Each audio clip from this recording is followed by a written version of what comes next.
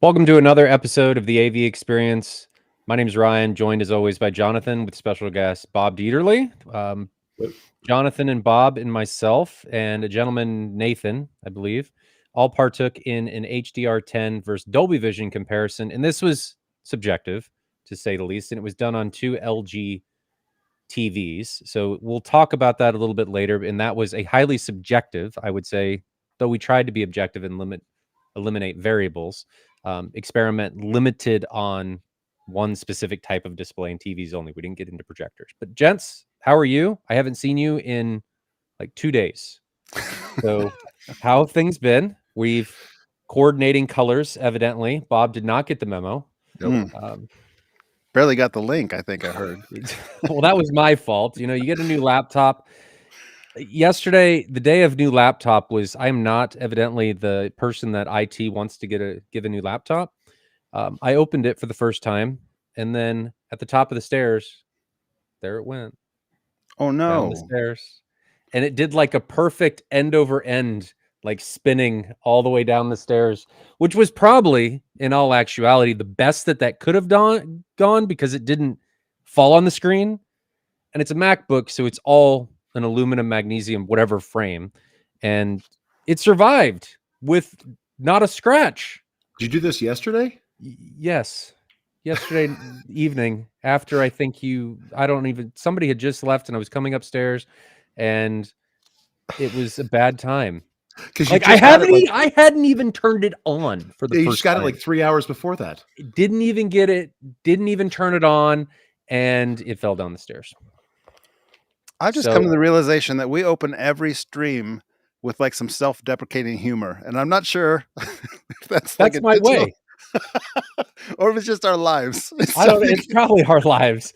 But I think that if you can't self-deprecate yourself, you know, you're not having enough fun in the world. You're taking life far too seriously.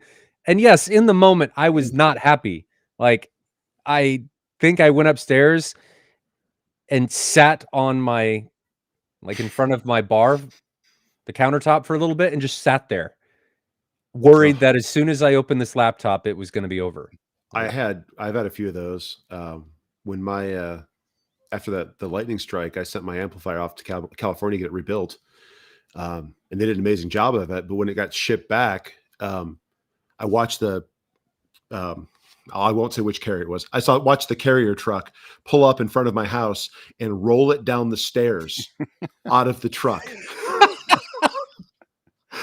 I'm trying to imagine. Was just this like a end over. No, it was my past 250.8. Oh man! Oh my gosh! They just tipped it up on the side and rolled it down the stairs out of the truck. And I'm just sitting there like watching in horror as this thing goes bouncing. How much is that amp weigh? 110 pounds, something like that. And it's got a real absorbency for falls, doesn't it? They pack that thing exceptionally well. Oh, I was talking, regardless of the packaging, the amplifier itself, it's very springy. I actually called them right after that, and before I even opened it back up, they're like, "Oh yeah, people drop those things all the time out of the trucks. It's fine." Well, I mean, I guess if there's a testament to packaging and build quality, that's it. It is it. Jonathan, has anything been dropped in your life recently? I don't think so. I've had plenty of experiences in the past, but not in the last couple days. Trying to think if anything else, any other laptops fell down. The only other most recent one was the speaker that got dropped off the back of a ramp. Like the lift gates, took a delivery, Martin Logan, F200s whip, and fell like 4 feet off the back of a truck. But I think we've talked about that already. Anything else happen in your guys' lives since I saw you 2 days ago? No, I don't think so. Yesterday. No? Was it? Well, I saw you yesterday. I didn't see Jonathan yesterday. What were you guys doing another comparison yesterday? Jonathan or Bob is a man of self-hatred and wants to come over and suffer with me. My house is just the perpetual home of suffering. Like, this is where it goes to live and it never leaves. I do it to myself. He has all sorts of cool, nifty toys that are fun. Nothing happened. It was actually good. Bob helped me out tremendously. We ran a new cable, a fiber optic cable, because we've been testing with, I did Celerity and then I broke that cable. or something happened and it got kinked because they're glass. They're not Oh, fiberglass. So they're really susceptible to kinking, or not kinking, but if you pull on them too hard, they'll just not work.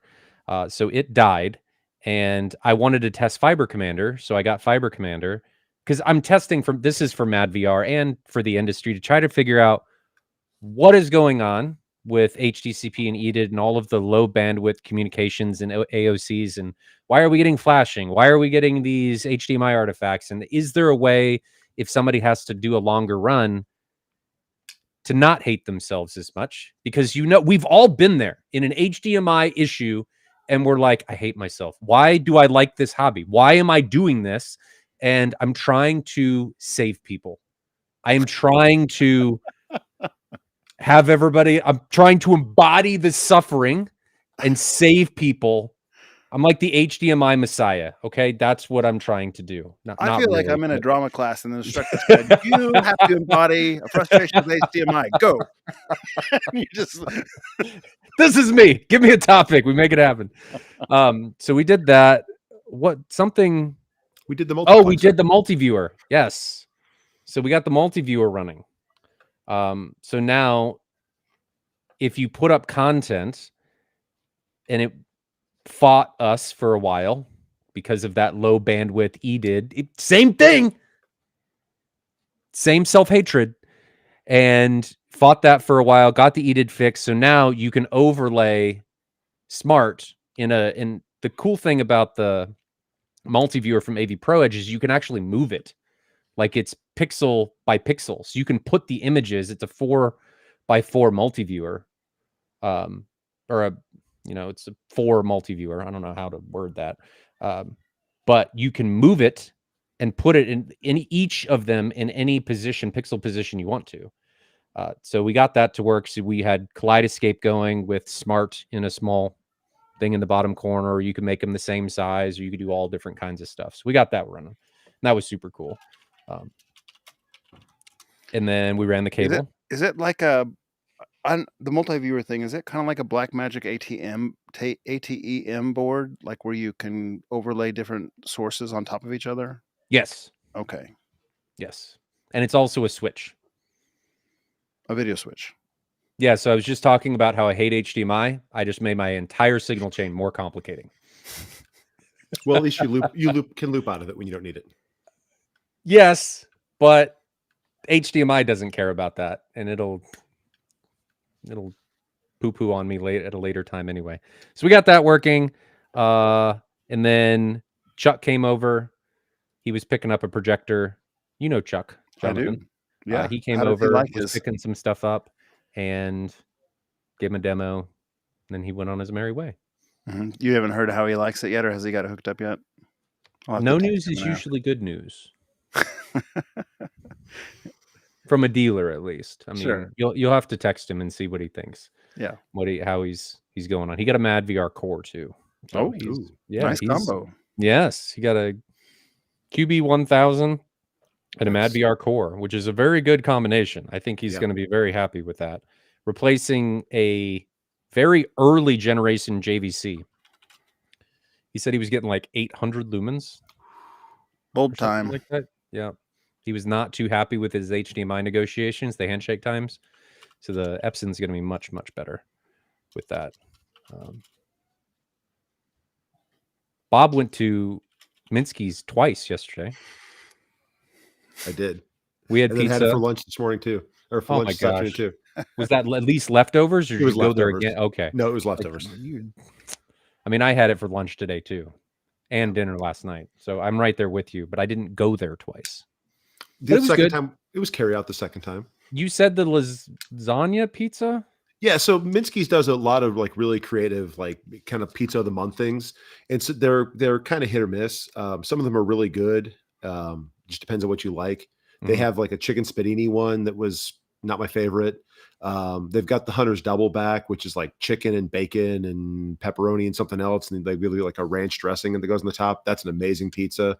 But they have this lasagna pizza right now, where it's literally a pizza with like ricotta cheese and tomato sauce and lasagna noodles. There's actually noodles on top of it and Italian sauce. It was weird. was not my favorite, but it did taste like a piece of lasagna on top So of a to piece of some pizza. people, not their favorite is like tolerable. Oh, I mean, I could eat a piece. It was not like the sauce was kind of mild, so it was sweet and didn't have a lot of heat to it. So it it was was just Moscone sauce, whatever they use on the Papa it Minsky's. might have been, but it was underwhelming. But it's what I should have expected it to be. Okay. Because my son, if he says it's not his favorite, or if my brother says it's not his favorite, it's ghastly. It's awful. No, it was definitely edible. It was a little weird. But they get like when they get the Joe's KC one in there, those are always really good. Well, technically, arsenic is edible. You just die. Yeah. I'm sorry. It's also organic. That is true. It is organic. So you can feel healthy for the moments you have left if you eat enough of it. So let's talk about the topic, HDR10 and Dolby Vision. And to highlight it for everybody, I'm using them right now. It's two LG C3s. They're identical. They're the same size. They were bought at the same time. They have identical hours on them. They're identical. Same display.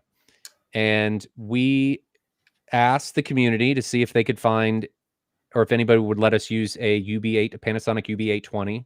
And Nathan, who's local here in the Kansas City group, offered and said we could use his UB9000, which was the flagship. It is the tippy top.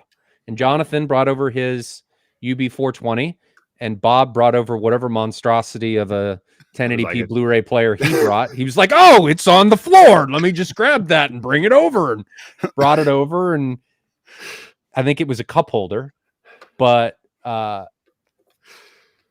was that in just case one of us forgot the player? Was that your intent, Bob? No, it was in my e-waste box that I have not taken over to get recycled yet. And I was just like, oh, I'm going over to look at this, and here's the Panasonic Blu-ray player. I'll bring this for fun. So we had those two, and then later we did the Apple TV against the UB9000, Dolby Vision against Dolby Vision, Stream Dolby Vision against Physical Media Dolby Vision. So I want to make sure that we clarify this. This is a subjective conversation. This is a subjective opinion. There weren't any measurements made during this. It was us just looking and trying to do a subjective test in an objective way.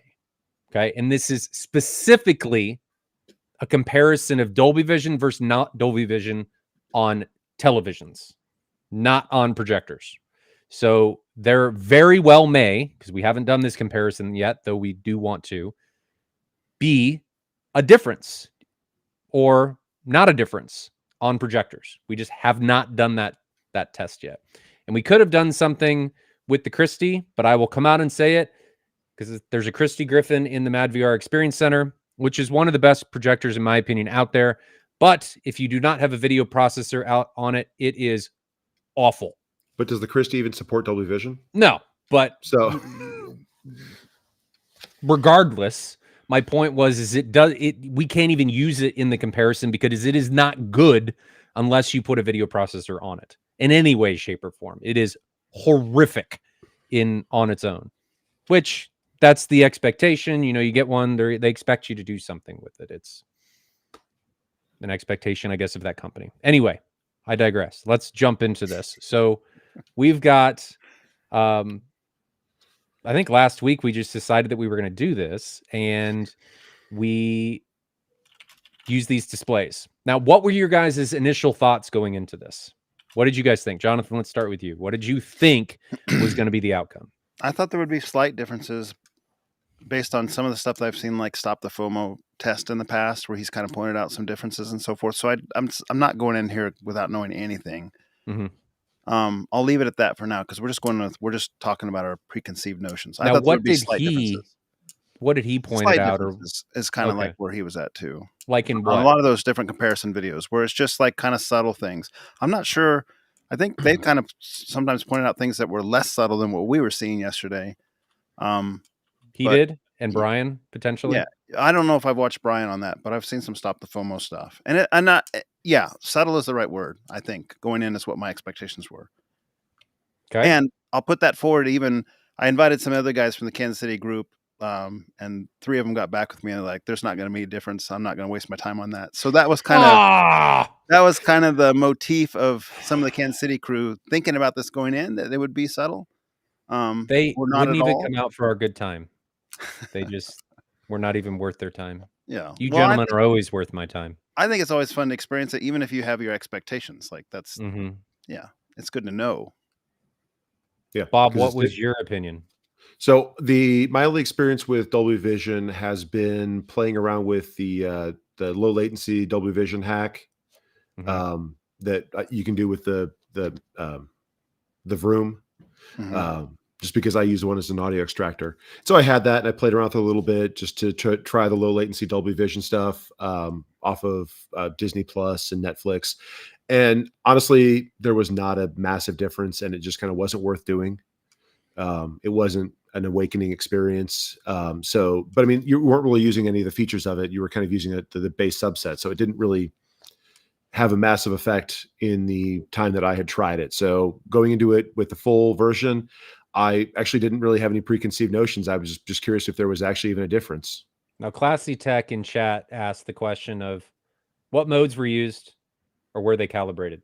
We were using cinema mode because the cinema mode, when you switch the LG TV into Dolby Vision, it limits the modes that you can use. So we wanted to have a common out of the box mode. We factory reset both TVs before we did it. And we were using cinema home, whichever one it was. But it was the same mode with the same settings between the two TVs, reset out of the box with default settings. Okay. Now, and then we didn't leave them at default settings. We changed a few things. We turned off the energy mode, like settings, the echo, the energy settings. The logo setting was disabled. Yeah. Brightness was set to 100%. Did we change anything else? I think that might be it where we landed at the end of it. Yeah. Just default reset with the current firmware. Like there was nothing newer on both of them were updated the current firmware. And then we also made sure that the Panasonic players, so one of them, the 9000 was doing Dolby Vision and the other one was doing HDR, my 420. We aligned up the Panasonic settings. So we set them to the OLED where you have the display luminance setting, and they were both in HDR. Dolby Vision disables the HDR slider.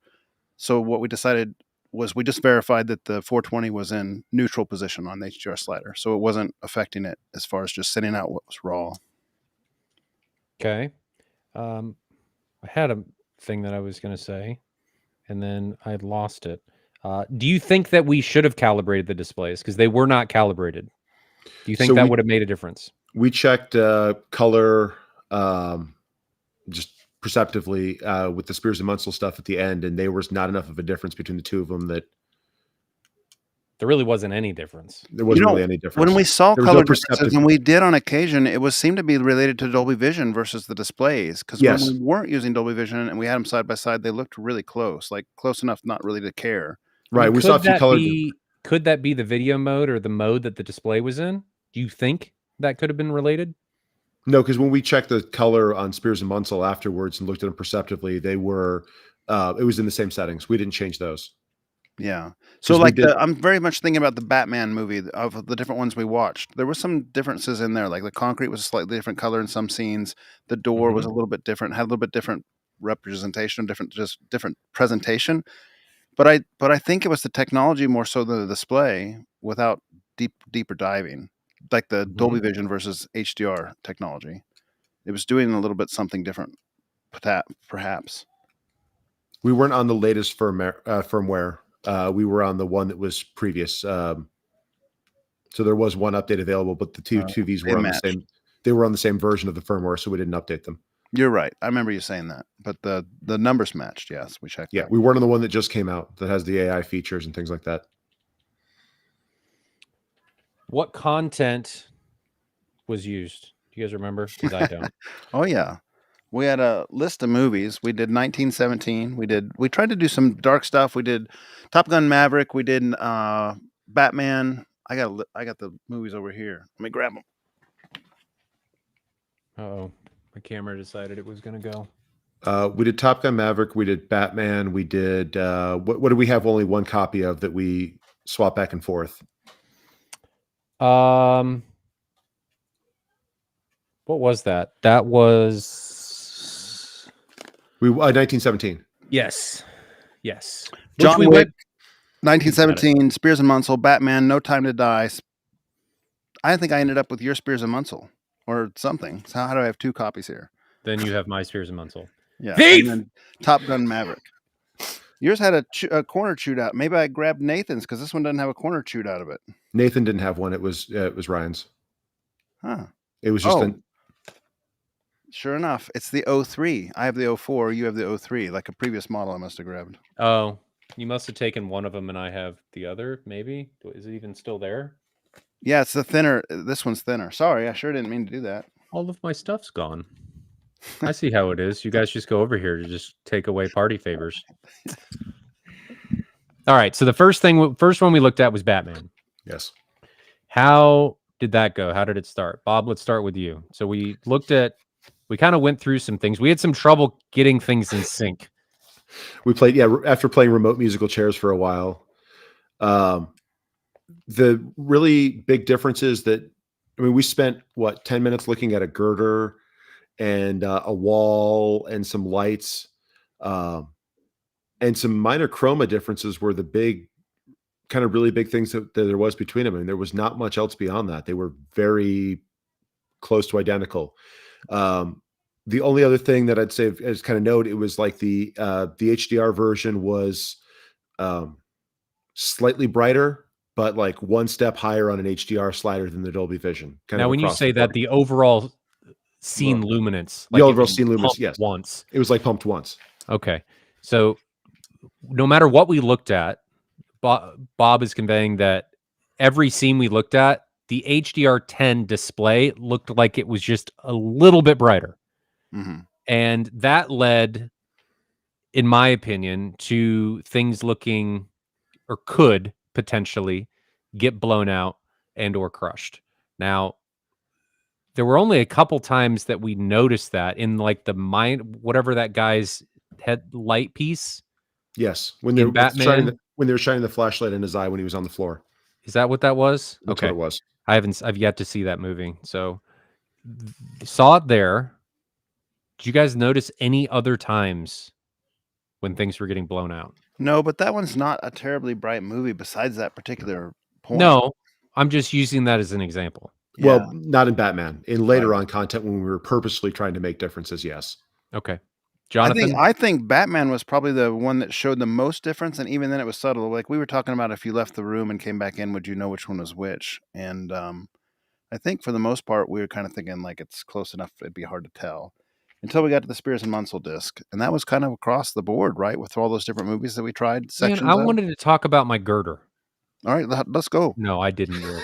It was the only thing that came up there was we were seeing color differences, and in some things there was a door that we noticed a little bit of banding going on, but we really had to look really close at that in order to be able to see it. And then the other one, the Dolby Vision version, you didn't really see any of it. So that was a little showcase of things being elevated and not looking right. And the Dolby Vision version looked more correct.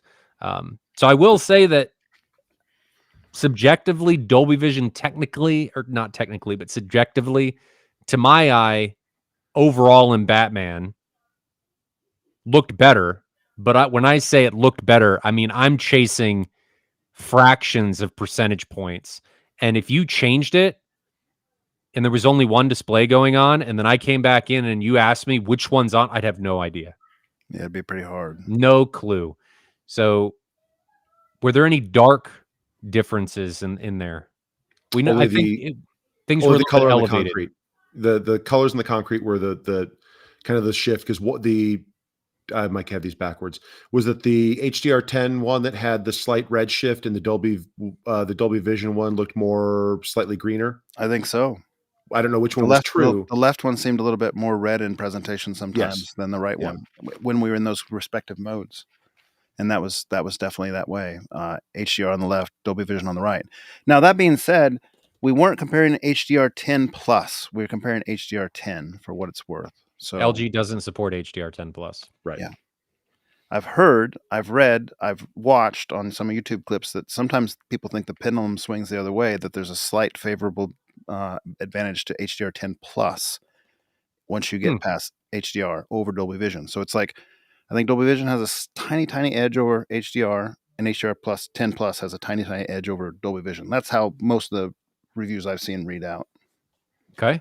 So the next piece of content we went to was... We did 1917, but one disc at a time because we didn't have two copies. That's right. So 1917, and we were looking at the staircase scene, so waking up.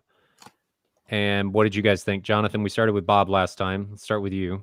Yeah, I mean, one of them was a little bit brighter, I thought, but they weren't side by side, so I'm going to say that with a little bit of caution. But I felt like the HDR was a little bit brighter.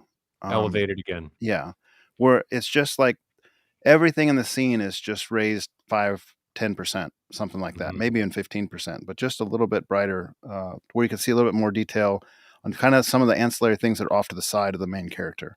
Both of them looked really good, and made me lament that we use projectors sometimes, because like that scene looks so much better on OLED than it does on a projector, in my opinion. Jonathan said that next week he's going to sell his projector and go buy a TV. No, they got to get bigger, but I'm game when they do. So Bob, same thing. Other than the fact that now there was the caveat that we streamed it, but we'll talk. I assume you want to cover that at the end. Yeah, let's go to that. That was a different section entirely. So we'll come let's back to that. Okay. Yeah, with just the disc side by side, it was the same thing. I mean, it was like you tick the HDR slider up by one. There was no real perceptible differences between the two other than that. Once you got outside and the highlights started happening, the differences kind of went away and you noticed them less. Now, moving on from 1917, we went into, was it Spears and Munsell next? Yes. Okay. I think so. Spears and Munsell is, for anybody that doesn't know, in the case of what we were doing, a torture test. Like if you're going to notice something, it's going to be in Spears and Munsell, because we were pushing the displays to their absolute limits. And what I mean by limit is we were raising the mastering levels for the content to 10,000 nits. So the demo material, you have the ability in Spears and Munsell to choose the mastering level. There's several different mastering levels, and we did go through most of them. We started at 10,000 nits, and we compared that against Dolby Vision, which I think it only gives you 10,000 nits. No, you could Dolby choose Vision 10,000 nits, and then it doesn't give you like any. It's locked in at that point. No, so when you choose the content itself, you can choose the 6,000, 600, 1,000, 2,000, or 10,000 master, and then you choose which setting you want before. So we had picked Dolby Vision on the Dolby Vision one. We picked HDR on the other one and set its respective level. And then we went down and chose the content. So the content was the same between the two of them. Well, if I remember correctly, the Dolby Vision one was at the top of the Spears and Munsell list, and HDR10 was down here, and you had 10,000. Right. So when you selected you did the blah. side select next to HDR10, you could pick the you level. Could do that, but HDR10 or Dolby Vision did not give you that option. Dolby Vision locked you out. But when you played the content, you could play the 10,000 nit master still.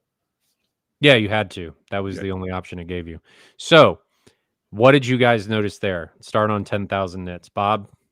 Horrific. Just everything was blown out. Between the first big one was the blizzard that wasn't a blizzard. We're gonna have a little bit of a back and forth here, but Jonathan liked the blizzard. I know Jonathan liked the blizzard. There was a snow scene early on. Well, the first thing you kind of saw was the mountains were blown out, the clouds lost all the detail. But the biggest thing was there was some what were they, elk or something standing in a field, and then there was a snowstorm going on with some trees on that. Were they horses? They were horses. They're horses. Okay. HDR10 was so bad, Bob couldn't even tell what they were. I can't remember. They were standing in the snow. One had like a branding of like 417 on its hip or something. 192, I think. Was it? I think so. Yeah, it had a brand on it. Anyway, in the back there were a whole bunch of trees, and on the Dolby Vision one, you could clearly see the trees through the snow. You could make out kind of the individual snow, the depth of the field. And on the HDR, it was like you were just looking out into a blizzard. Everything washed out within 10 feet of the camera view. just because there was so much content. Yeah, you couldn't see anything of what was going on in the snow. The It number would is actually be. the number is Go ahead. 149. I just looked it up. So take all of our observations with a grain of salt because What was we're the not number? remembering the number 149. He got the 4 right. I got 4 was 417. I correct. was close. I had a. So, but Jonathan, what was your opinion on it? So I differed from both of you a little bit, and that's okay. But I felt like the Dolby Vision, when they were skewed to the 10,000 nit content, Mm-hmm.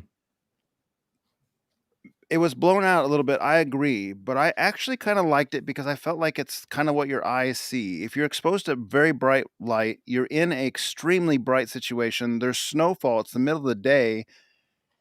The way those extreme tone mapping things work, and Dolby Vision's not extreme, but it is in that same concept.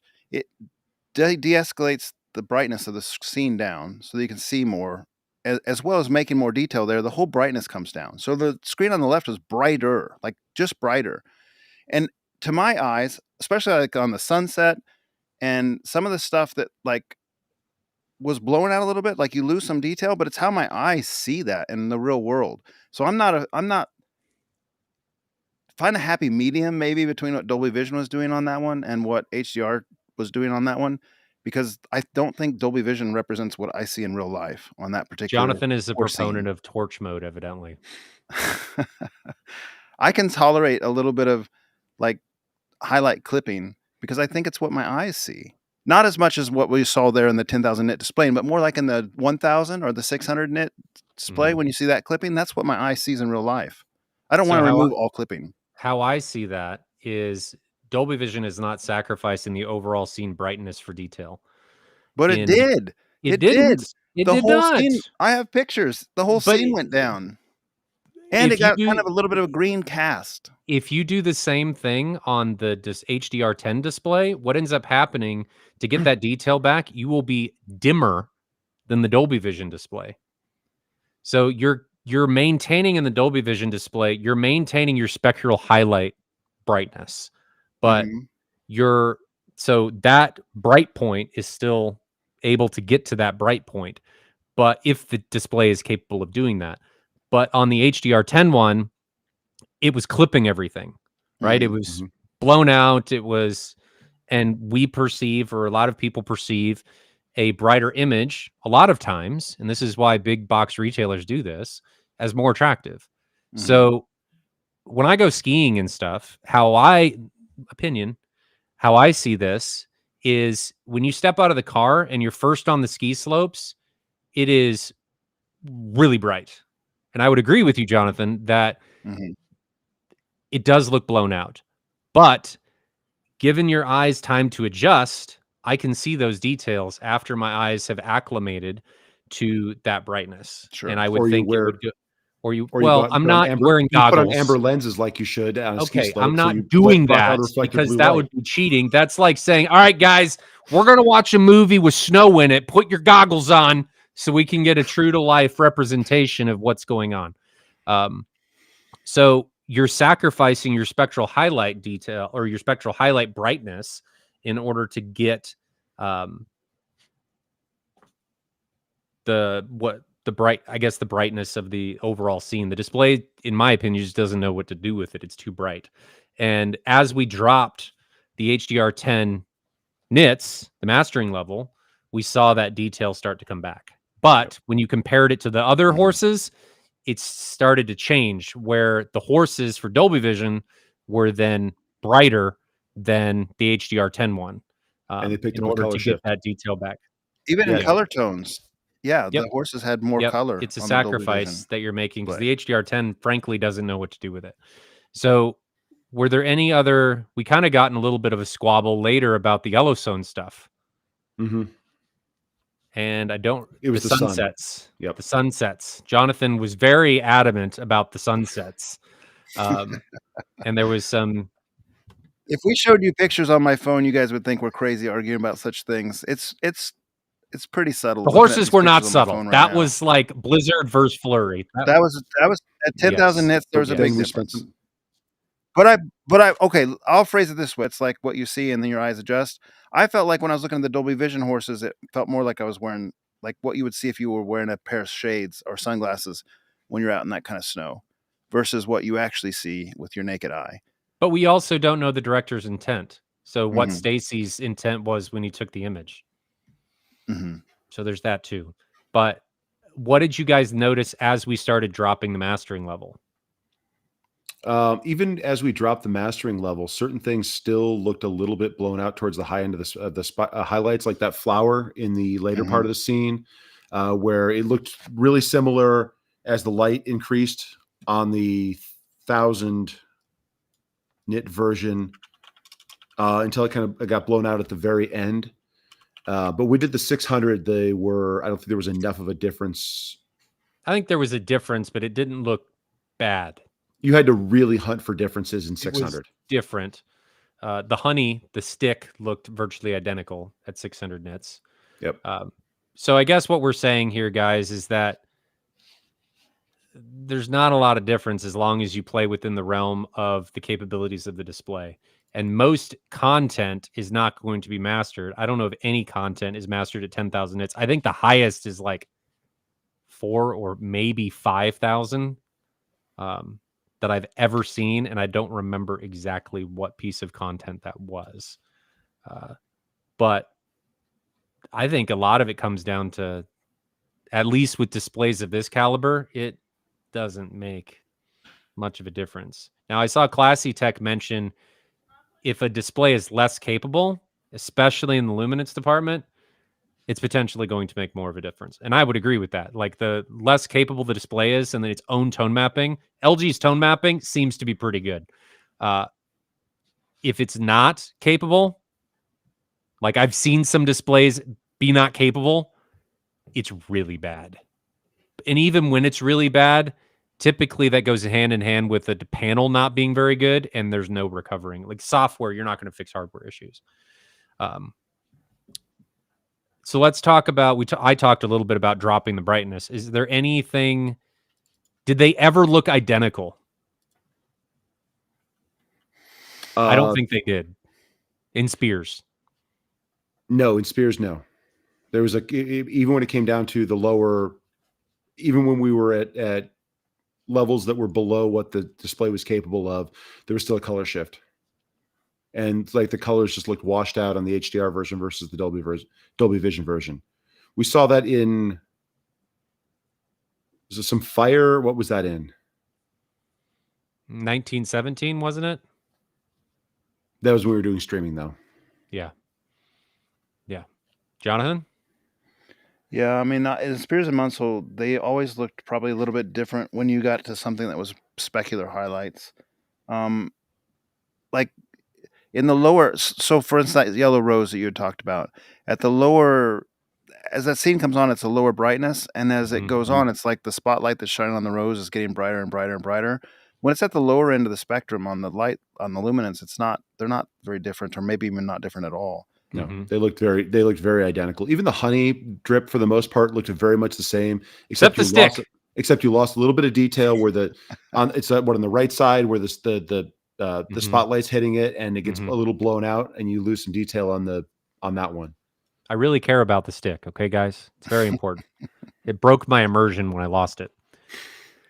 I would agree that and this was as I expected. As things got brighter, you lost detail. HDR10 blew things out, and Dolby Vision was able to maintain the detail throughout. But what I have seen in the past, given my experience with Mad VR, is that a lot of times, to the untrained eye, people will gravitate, even the trained eye, to a point, will gravitate towards the brightness. They even though you're losing potentially the detail, they like the brighter color and white effectively. It's like a moth to a flame, right? You're drawn to the brightness. We had a similar situation like that at M-Wave this year with the streaming bitrate comparison, where a lot of people... Oh, I didn't hear about this. Oh, yeah. So initially, a lot of people actually preferred like 320 kbps over high res. Really? Now you're talking music now. I'm surprised they could even tell a yes. difference at that point. It was quite different in a lot of stuff. And so, and Mainly even the some dynamic range, wasn't it? the dynamic range, and you wind up clipping out a lot of what it came down to is what people were choosing that one over the high res, as because it was we were doing it was we were playing two different. I had my Tidal account set up on both computers, and the bit rate set differently between the two of them. And so we had a physical A/B switch that we were switching between the two systems, and I'd play it, and sometimes we'd switch. Well, not on that one. We'd switch every time. And I got done at the end. And I just asked him which one you thought was the high res one. And most people, when they started a session, would say that the lower bit rate was the high res one because the vocals were clearer. And it's because you compressed out all the other part of the music to make that mid range more present. And so they're focusing more in the mid range. They could hear more of the vocals, but they lost so much more of the content. You had the low thumping bass, and you had the mid range clarity, but you didn't have any of the additional part of the information. They said the other one sounded noisier, but after one or two times of listening to it, everyone could easily pick out which one is which. It's all subjective which one you prefer. If you like that way the music's presented, that's perfectly fine. But most people don't know what the difference really is because they don't even listen to it. And it was really easy to pick out. And once you've been told what the difference between the two of them was, you could easily identify it. Whether or not that's your subjective preference, but there was a noticeable difference between low bit rate and high bit rate. We couldn't do really high bit rate because the Wi-Fi in that area is very bad, and I couldn't go above Redbook just even to play it. It would buffer too bad. But when you really drop the bit rate down, you could tell the difference every time. There was no issue where it was like we couldn't tell the difference between the two tracks. It was a subjective preference on which one you preferred. Interesting. And that's just the way they use the compression algorithms. I mean, there's not, they were probably done off the same master, but they were compressed different ways. Well, where did you guys get your sources? Like, what was the 320? You said it was all of Tidal. We did 320, and I think I did the next one down, which I'd have to go back and open the Tidal app and see. 256. It was in the Tidal app. All it was from the Tidal app. Yeah, so Tidal allows you to select the bit rate that you stream at. And so, yeah, I had one computer set up with streaming at one bit rate, and the other one set up streaming at the other bit rate. So audio quality, low, you can choose between 320 and 96, and then high is 44.1 kilohertz, 16-bit, and max is 24-bit, 192 kilohertz. If you went down to the lowest one, it was pretty apparent as far as being able to tell a difference. At 320, the differences started to disappear. You could subjectively find them, but once you got to 1692, once you got to 1644, no, I don't think you could tell the difference. We had a little bit that buffered and played right, but it was hard. And we let people choose whatever music they were comfortable with listening to. So it wasn't, I'm going to throw something out that you've never heard. Here's something that you're familiar with, so that you can try to make a opinion on something that you're at least familiar. And then because people were choosing music, they got to listen to other people's music. So they had both familiar and unfamiliar titles. Okay. Now moving on that segue to the streamed Dolby Vision. Because we changed and we did the Apple TV with streaming Dolby Vision content versus the first thing we did was 1917 Dolby Vision off the disc versus HD Netflix. 1917 Netflix, because it wasn't in UHD. Yes. How did that turn out? The HD one looked bad. It looked very bad. I was surprised it looked as bad as it did, actually. Yeah. So you got the compression artifacts and any of the black areas on the screen. You got some haziness that happens in those black things. I mean, just like it's like macro blocking and haziness and all that kind of stuff in black. The pixelated blocks. Almost like I'm trying to remember if the motion artifacts we saw, was that only on the HD, or was that also in the 4K version where we saw a little bit of motion artifacts, like on the rail of the no, I think that was only in HD. And to be fair, to be clear though, we were doing Netflix first. Mhm. So the other one we'll talk about in a minute. But the Mhm. Netflix one, it wasn't just blacks. When the flare went up after he got outside and plumed, you saw all of those artifacts in the sky. So it was, and the column, the white archway, Mhm. just blew out completely, and you lost all detail in it. Yeah, it was really bad. And so I think there's absolutely something to be said for streamed content. Streamed content in general, I think, given what we've saw, at least from the big apps like Netflix or Prime or any of those, I think you're much better suited going to physical media. And this was only the visual sense, and this was on a 42-inch display. So it very well could have been different if we had these on an enormous screen, because I think I mentioned this on Thursday when we did this, that it's like if you're watching a football game, right? If I'm watching the football game on a TV in my living room, bedroom, or on one of these displays, if I'm streaming it from, say, YouTube TV, it looks fine. It doesn't look necessarily bad. I can hunt for those artifacts, and I can see them if I'm close enough. But then if you get up in the Mad VR Experience Center and I turn that same game on a 160-inch display, awful. And it's so easy to see. It's the same stream, and it looks horrific. So there is that caveat that we may not be seeing things because the display is too small. And this is highly subjective. We weren't really pixel peeping. I mean, we were looking at stuff from a distance where I'm not going to go hunting for things because I'm never going to do that in a visual immersive experience. Like, I'm not going to be 2 inches away from the screen going, see that pixel? Like, I'm not going to do that. So I don't want to do that during the testing. But we weren't across the room either, per se. We were probably like 6 feet away or something. From a 42-inch display, though. I mean, yeah, but I agree. So now, once we took it from Netflix to Movies Anywhere and Vudu against the UB9000, did things change? We did the Bond movie, and we did 1917 again and Top Gun. No, we didn't do 1917 again because we didn't have it. I thought we did do it. I thought that was the one we couldn't find because we had to find the stuff that we'd use Jonathan's account to get into stuff. And then you had the code for the Bond movie. Yeah. And I think Top Gun was on there too. I think those were the only two we did. Maybe I don't remember the specific order. I thought we did it.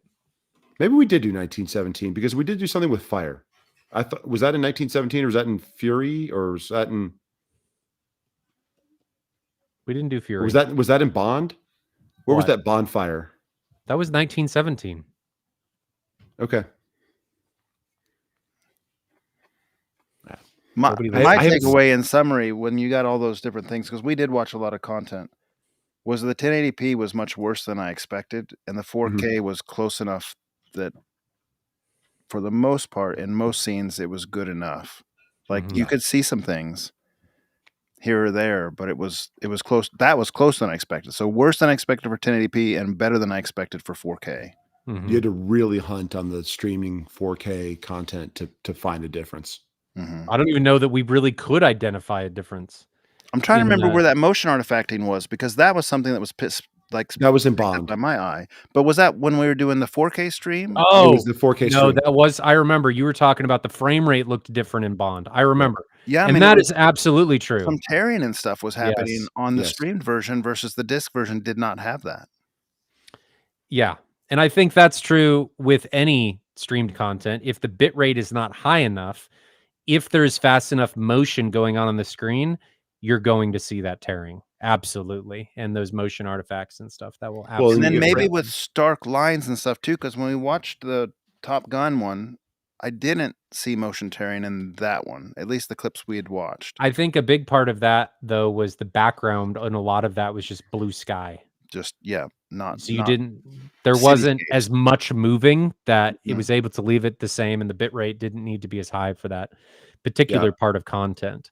On Top Gun, I couldn't remember noticing a difference other than when the plane flew through the explosion of the other plane. there was a little loss of detail in that explosion plume on the See, I streamed didn't content. even notice that. I didn't even notice that. I remember you pointing that out, but I didn't see it. Other than that, no, there was no difference. I mean, we were looking at the face tones of the pilots because they got those close-ups on their and faces. like wrinkles and they're side by side, pores and all that, and I couldn't see a difference. Paused, and we were going back and forth. Like, does that look different? Does that look? And no, I couldn't see anything that I could tell. Now, maybe if we got them on a bigger screen, maybe there would be a difference. But we didn't see anything, or it was limited. The motion would have been, I think, the biggest offender in those, like what we saw in Bond. Anything else?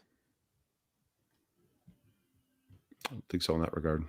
No, Jonathan? but so just for clarity for people kind of watching that was not really comparing the HDR tone mapping. That was just comparing streaming of Dolby Vision versus disc of Dolby Vision. So wrapping that up, that's how we finished our evening of comparison. But they look the same. So I think even if you did that against HDR10, your conclusion would be the same. Well, we had the question. We did have the question if Dolby Vision has some sort of. I had the question, some sort of minimum bit rate that, like, to achieve Dolby Vision, they're saying you have to hit this threshold or we're not going to offer it, type thing. And I don't know if they do or don't. But the whole purpose of their functionality, their label, is that they're kind of making standards. So 1917 definitely didn't. But that was the HD stream, right? Yeah, still, it was the HD. That was the standard HD stream off Netflix. So it wasn't even the UHD stream. I know, but it still was bad. Yes. Wasn't it Dolby Vision though? It was still it was just straight HD because we looked at that afterwards trying to figure out why it looked so bad. Okay. Well, and it would have been on the left-hand side, which was connected to the streamer, versus the right-hand side was connected to the Dolby Vision disc. Yes. Yeah. Okay. I think the next thing we need to do is audio. Streamed audio. Well, the better way to do that. Well, maybe not. I mean, to your point, I guess I was going to say there's plenty of things out there on Reddit and everywhere where they're using software to see that it's stripping out bass on streamed versions, like the compression is taking out lowest bass. I can tell you objectively now. Yeah. Who do we know that has some sort of measurement tool where we could watch that in real time? But it would be interesting to see if we could hear it. Because, I mean, yes, we can measure it and tell you it's lower, but it would be interesting to know if people can hear it. We should do that with stream versus disc movies or stream versus kaleidoscope movies as well. Because the spectrograph will tell you. Yep. And it's so, to be clear to everybody, now in the MadVR Experience Center, I have an Earthworks measurement microphone that is hidden in the theater, and it's connected back to my home server, and it's connected to Smart. And it will give you, so I'm not analyzing the data before it goes into the room for what the digital data is. It is actually what is in the room. So whatever the speakers are putting out, there is a spectrograph. So it's a real-time, effectively, intensity of a particular sound at a given frequency. And then there's an RTA. So we can see both of those in real time, and we can overlay those on top of content. So I think it'd be very interesting to look at the streamed content versus physical media, and even like Kaleidoscape, and see what those are actually doing. I think that'd be super interesting, in my personal opinion. Maybe more so than this, because that's what I think a lot of people talk about, is that there may not be a difference in video, which is what we all expected, unless you have some heinous thing like the HD version of 1917, which very well could have been an unaccounted variable with just that particular version or however it was being streamed. Not very much of a difference on the video, and there is more of a difference potentially in the audio. Do you guys agree? What you've heard or experienced? Certainly. I remember Godzilla versus Kong or something. One of my friends. Your favorite movie? I hate those. My friend came over and wanted to watch it in my theater because he loved the movie so much, and I didn't have the disc. I love it too. And so we watched on streaming, and he goes, "That's kind of disappointing. I was expecting more." I was like, "Well, it is streaming." And then at one point, I rented the disc, and it was dramatically different, like way more low end feel and Godzilla thumping around and stuff. So. Yes. Your favorite monster. And then I went and looked it up on like a Reddit thread, and it's cutting off like everything below 30 hertz on the streaming version versus the disc that has quite a bit more down low. Mm-hmm. So it's scientifically not the same. And if you're used to having that low end stuff, it's not the same in person either. I feel like since we've had enough time with these subs that produce the low frequencies, we should be able to tell. And if we can't, we probably have mud on our face. But I guess that should be tested. Next week?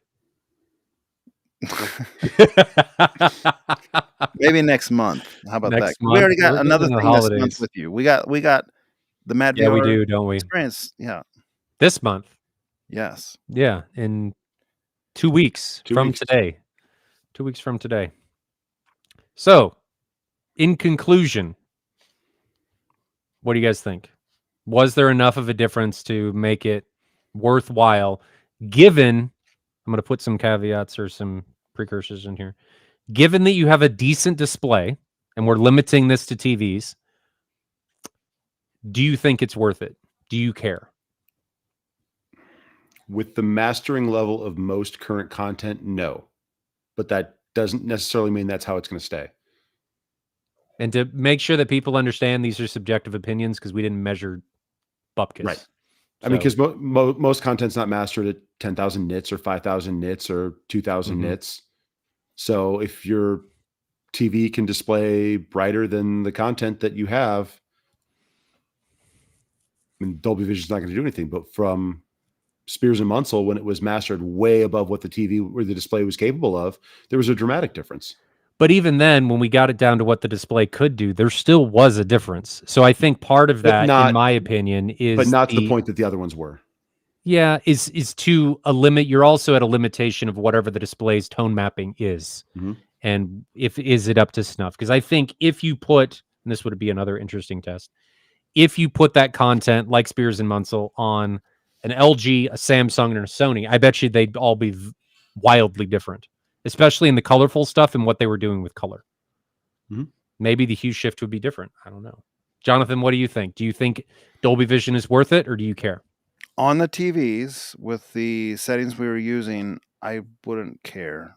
But I wonder if I would care if we were using a projector that's not capable of 1,000 nits or doesn't have as good of HDR tone mapping. Like, would we care more? Okay. And Bob, I'd be curious to learn more about your experimentation with when you were doing your LLDV testing. Was that on your Epson, your 5040, or was that on your JVC NZ8? NZ8, yeah. It was on NZ8. Yeah. Seeing that device already has pretty good tone mapping. Like, I wonder if you tested on the 5040 or something that didn't have very good tone mapping at all. If you ever want to do it, my 5040 is lying on the floor. I think that could be. What else do you have on the floor? I only have ever had 2 projectors. So yeah. I mean, the reality is the tone mapping probably doesn't have to work very hard if it's already matching what's natively made for. And OLED's 800 nits or so it's not that different from the 1,000 nits that most of this content is mastered for.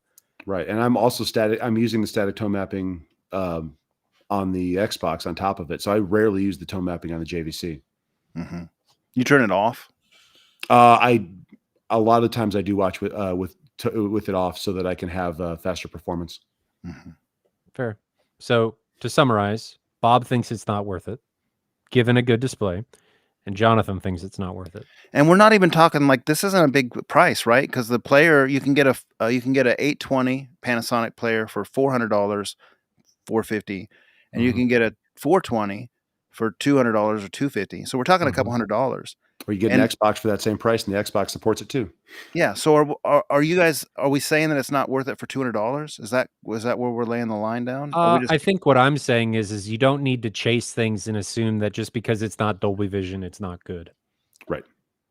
I think that's the nomenclature I'd like to say, is that Dolby Vision, if you have quality equipment, it doesn't mean, it's not a stamp that says this is going to be way better than if you watched it without it. I'm not seeing it. I mean, there was minute differences, and if you watch Spears and Munsell on repeat at 10,000 hertz and that's what you watch to put yourself to sleep, then yeah, probably it's worth it.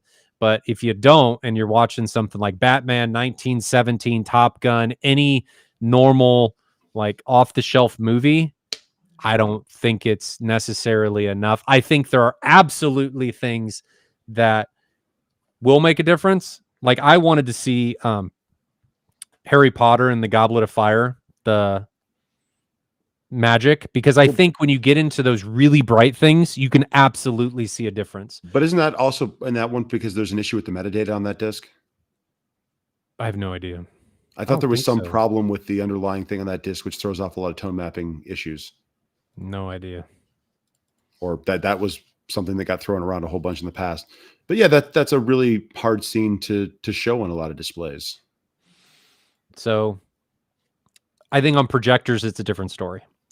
I'd like to do the experiment. And I think given what's being talked about a lot, this is a good segue into another topic, because we actually, after this all wrapped up, we had a conversation about this and watched a video in the Experience Center on it. Before you go there, Ryan, can I share some pictures that I took the other night on the previous topic? No. Yes. 1 second. Because I think we won't go into them very deep, but I want to do a little bit of sharing here. So share, and then window, and then here. Okay, so let's go here. Where is it? Here. They start here. So this is, I mean, the camera's not going to pick this up very good, so this might be a waste of time. But here's the HDR and here's the Dolby Vision on the right. You can see that there's a little bit of a banding that was happening on the HDR on the door in Batman that we like freeze framed.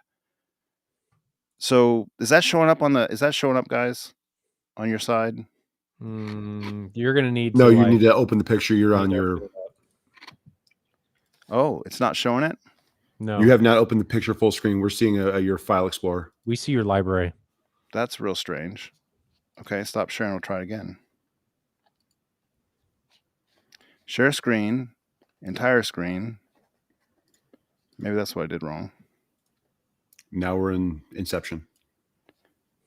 Okay. So here's that. So here's that banding. Do you see that now? Is that showing up? Is it showing the picture now? Yes. It's showing the picture now. So we'll go to the next one. Here's a cityscape. So this is Batman. On the right, Dolby Vision. On the left, HDR.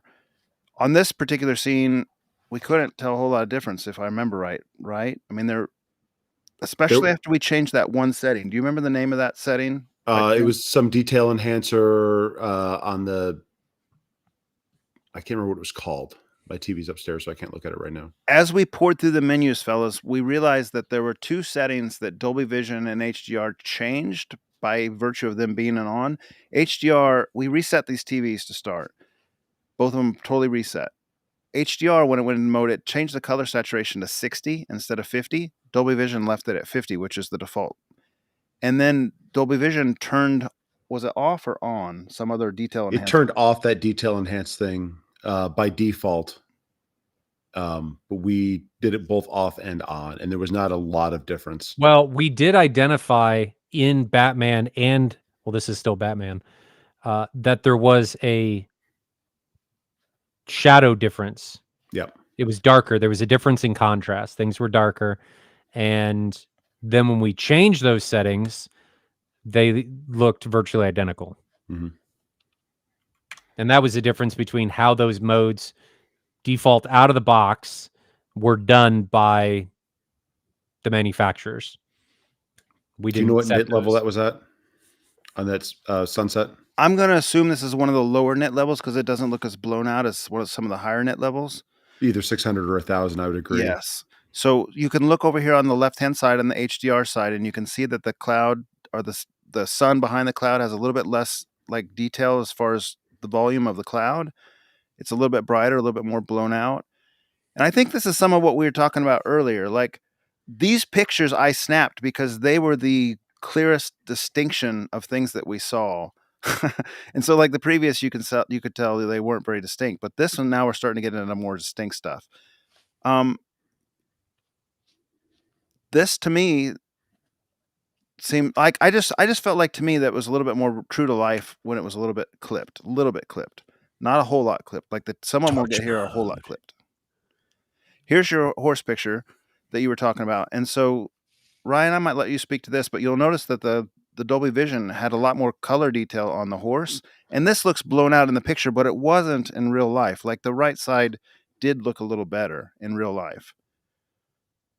Yes, I agree. But it absolutely had more color, and the more color showing up, although on the right it actually looks more blown out than the left, which doesn't really make sense. It's not what we saw. But The right is actually less blown out than the left. The left is very blown out. And we're actually going to talk about this in the next topic. This is part of the misguidance that cameras can provide, right? If you just looked at this picture, the opinion that you're going to have on what you see without the person telling you their experience is potentially very different. Yeah. Right. Because in that picture, the one on the left looks better. Well, subjectively, yes. But I think we all agreed that the one on the right was actually better in this, unless it was the very high or the lower nit ones. This turned a little bit green to me and a little bit dimmer to me in real life in person. This would have been the 600 nit one. Yeah. Okay. Next picture. Is it switching? Oh, okay. It's two shots of the same one, so it's just a slightly different shot, but looks the same. So I'm going to switch it. Skip it. Here's a Yellowstone shot. This one I pointed out, I took a picture because, again, I took these pictures because these were the pictures of all the time we took that made more difference. So you can see there's more blue on the Dolby Vision and less on the HDR. More blue in the sky. Now, when you say more difference, we're excluding things getting blown out to the point of the horse, because that was horrific. Mm-hmm. But when things are closer, these are the ones where you're actually able to identify pretty easily the differences. Yep, yes, something that's different. Like you can, in this particular image, and it was true when you were seeing it in person, there was more contrast to the image on the right. You had more accurate brights, and you weren't crushing or losing the detail in the bottoms. The one on the left looks like you just took everything, like your dynamic range in audio, and just did this, and just smashed everything together. And the Dolby Vision does a bit better job of keeping that range. Now, Ryan, are you making this larger on the screen than our faces so the audience at home can see that better? Or if you haven't, can you real quick? Yeah, it is. Okay. I only see the picture. I don't see our thing. So this is I think this is probably either at the last moment before it switches on a lower 1,000 nit or maybe the 10,000 nit. No, we didn't go that far in the 10,000 nits. We didn't go all the way to the black, I think, until 1,000. Yeah. Okay. Well, certainly you can see the clipping on the left-hand image.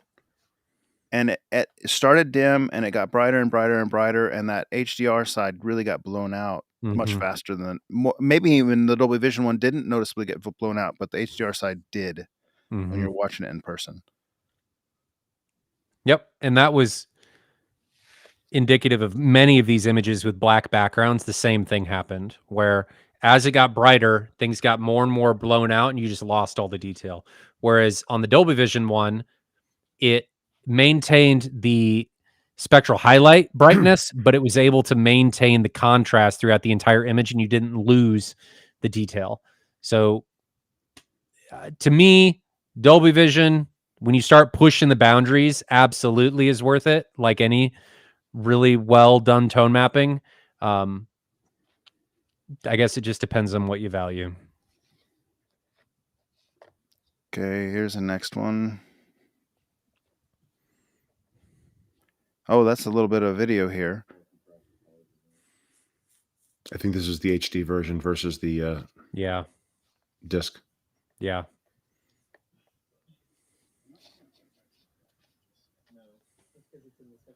Yeah, because that's the Netflix subtitles. Yeah, subtitles, yep. I don't know why it's pausing so much here. I apologize. This was pretty distinctly different here in person.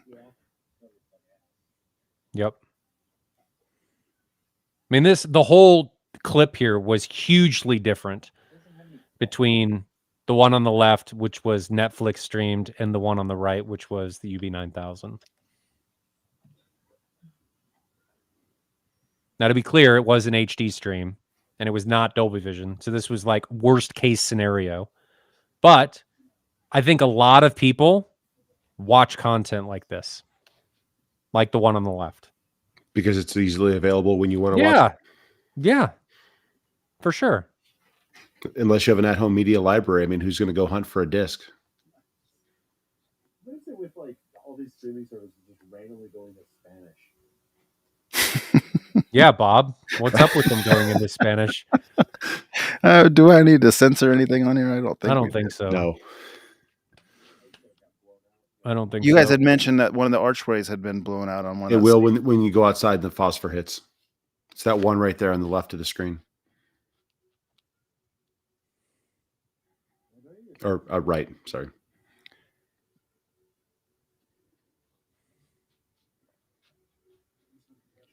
You can even see all there. the Did you see pixelation it? You can see it even in this video. Look at all the compression artifacts on the left-hand side. It's really bad in this sky. If I rewind it just a smidgen and we play this section again, and then we'll skip it because once you got outside and the lights started getting brighter, it was harder to tell. So let me go back. Watch on this left-hand side. I don't know what's happening right here. That's didn't look like that in person. But you see these compression artifacts? Yep. That was very visible in person and not attractive. And that was really bad too. Every time the flare went off, it was awful. I mean, it's still happening right there. Yep. Yep. And none of that was evident on the one on the right. So that's the 1080p stream versus the 4K Dolby Vision disc. So you would expect a difference there, but it was even more dramatic than what we're seeing. And Classy Tech brings up a good point, and he is a professional calibrator, that he says most of his clients don't pay for the premium app versions or get it through their cable service and end up watching it in HD SDR for everything. And then he goes on to say, and at least half of them have $3,000 to $6,000 TVs. What are you doing? Mm-hmm. It goes back to, we've talked about this numerous times. People have a tendency to think that if I buy this new sparkly piece of hardware, it's going to fix all of my problems. But they don't fix the underlying problem. And in this case, it's the source material. And if you're watching just average, your Joe Schmo version of Netflix, which can be great because you don't need the best version of everything, like Real Housewives of Beverly Hills or whatever. Maybe my wife needs them in true 4K. I don't know. Is it Maybe cake is better. Probably just as good. Maybe. You don't need it. But in situations like this, you will absolutely notice. And I do not understand the idea where I'm going to go buy a really expensive TV and then I'm going to skimp out on everything that I'm going to feed it. Doesn't make sense to me. But so this was the 4K stream HDR. No, 4K Dolby Vision, I think, on the left versus the Dolby Vision disc on the right. But yeah, see, we did do it. Okay. And it was very close. Much closer than the 1080p. Look how close that is. There was some slight color variations like we talked about. This kind of highlights it, where the left one was more red and the right one was more green. Which one was more accurate? I have no idea. But you can see just as much detail in both of them.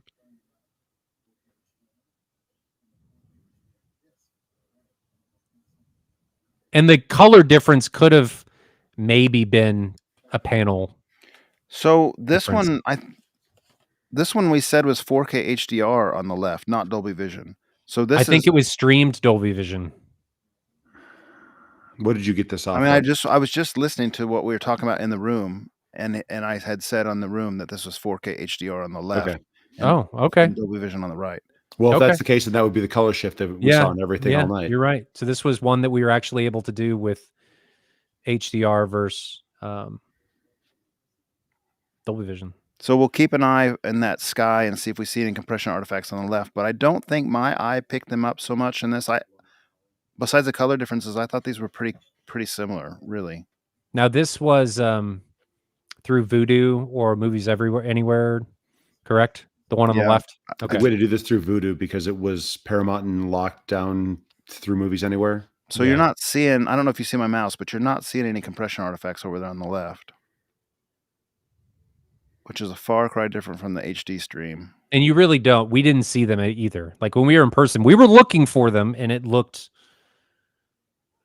very similar, subjectively similar. Like if you got out and measured it, yeah, I bet you could find a measurable difference, but it looked very similar.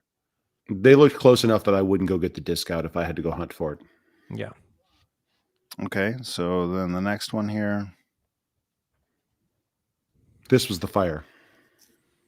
This has a very different coloring, and Yeah, we saw that in person too. Yep.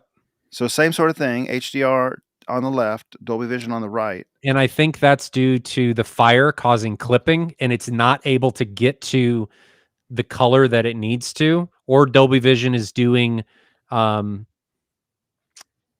something similar to what Mad VR does, where it'll intentionally map to a more different color without encountering clipping. So the left just looks kind of blown out in the Fire. Yep. Okay, next one. This is Top Gun Maverick, Dolby Vision on the right. Would this have been Dolby Vision on the left or just HDR? I don't recall. This one I think was Dolby Vision. Dolby Vision. We were trying to sync it up because obviously they're not the same source. So there's a little bit of echo in the audio. If you can pick up the audio, it's because they weren't exactly frame to frame, but we can't hear the audio. You get the idea. They're close enough. And this isn't a great thing because it's just not good enough quality probably by the time it gets to the audience. But at any rate, we're telling you, like, we were looking at their skin tones, kind of like the way flesh has those different gradients and so forth. We did not see any difference left to right on this particular movie between streaming and the disc. And I didn't pick up any motion artifacts. I think Bob did. This is the one Bob No, said not on this one. This is the one the smoke looked slightly different, but and that might have just been me making it up on the spot because our brains are horrifically inaccurate. That's it. No, that wasn't the smoke. Stop share. All right, your second topic. So classy topic. Tech Calibration says the HDR10 and Dolby Vision have separate 3D LUTs. It's an LG factory tuning difference instead of Dolby Vision and HDR10 difference. So that's a calibration difference between the different modes is the color variation. Okay, so that makes sense. For what it's worth, we knocked the 60 saturation down to 50 on the HDR presentation for this to try to get it more even ground. So, but he's saying the color difference, like the red and green shift, was the calibrations. So it's not like a HDR10 mapping thing. It's a mode calibration thing. Which would explain it because that was really the only difference that we saw in most stuff then. Yeah. Yeah. So next topic. Valerion. This is like everybody's favorite topic right now. It's hot. I want to preface this by saying I hope this thing's successful because I think it's good for the industry. I think it's great for competition. I'm worried that we're getting a re-embodiment of the LG A10. And we all know what a monster that thing was in the visual fidelity place. I mean, I had one and it was monstrous in the negative term. And people raved about it. I mean, Jonathan, you remember that people were all about that thing. Like it was the JVC killer. Yeah. And there were a lot of people that had them and they were like, this thing's amazing. And then is that the one that shoots light out the front? No, that's the Optima. That's the Optima. Okay. It's not that bad. It is not its own bias lighting. And I'm worried that we're going to encounter the same thing. Now, we watched a video that had just dropped after we did that HDR10 versus Dolby Vision comparison on this LG C3s. And it was a gentleman, I won't name names, that was doing a bunch of similar, like kind of the Chinese projectors. And there were some that weren't, that all have, it seems like all of them have handles, the lifestyle projectors. He was doing a review of probably 10 of them. And he had video content on them. and the Valerion came in first. It had what was its contrast numbers? 1500 to 1 native? Native I think was 17. Was that what that he said? It was like on the 1700. forums they're saying 1500 to 2000 native, and then when you turn on EBL, it was like 12,000. It goes from 7,000 to 15,000 depending on who you read. Yeah. Mm-hmm.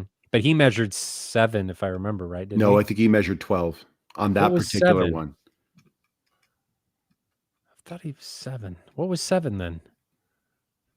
Maybe that was dynamic. I don't remember. Was that when he had the test pattern with 1 dot? Oh, yes, it was. It was the 1 dot versus 2 dot test pattern. And he got 7,000 when he was using the bigger one, which is usually what the market and the industry uses. But then Valerion said, hey, if you use this one with 2 smaller dots going in different directions, he got 12,000 to 1. Mm-hmm. So which one's more accurate? I'm going to assume the industry one, but I don't know because I haven't seen this thing in person. So, and then we saw another video by another group, and it had them side by side with EBL and without EBL, and they did it in post. They videoed each one by itself, and then they stitched them together. What were you guys' thoughts? Let's start on the one that they stitched together. What were you guys' thoughts on that one?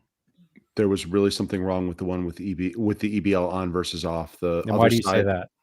The ISO on the side looked horrifically grainy.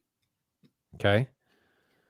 Jonathan? So in that video, that was the one that you're talking about where it was split and you could tell the whole video was split. Mm-hmm.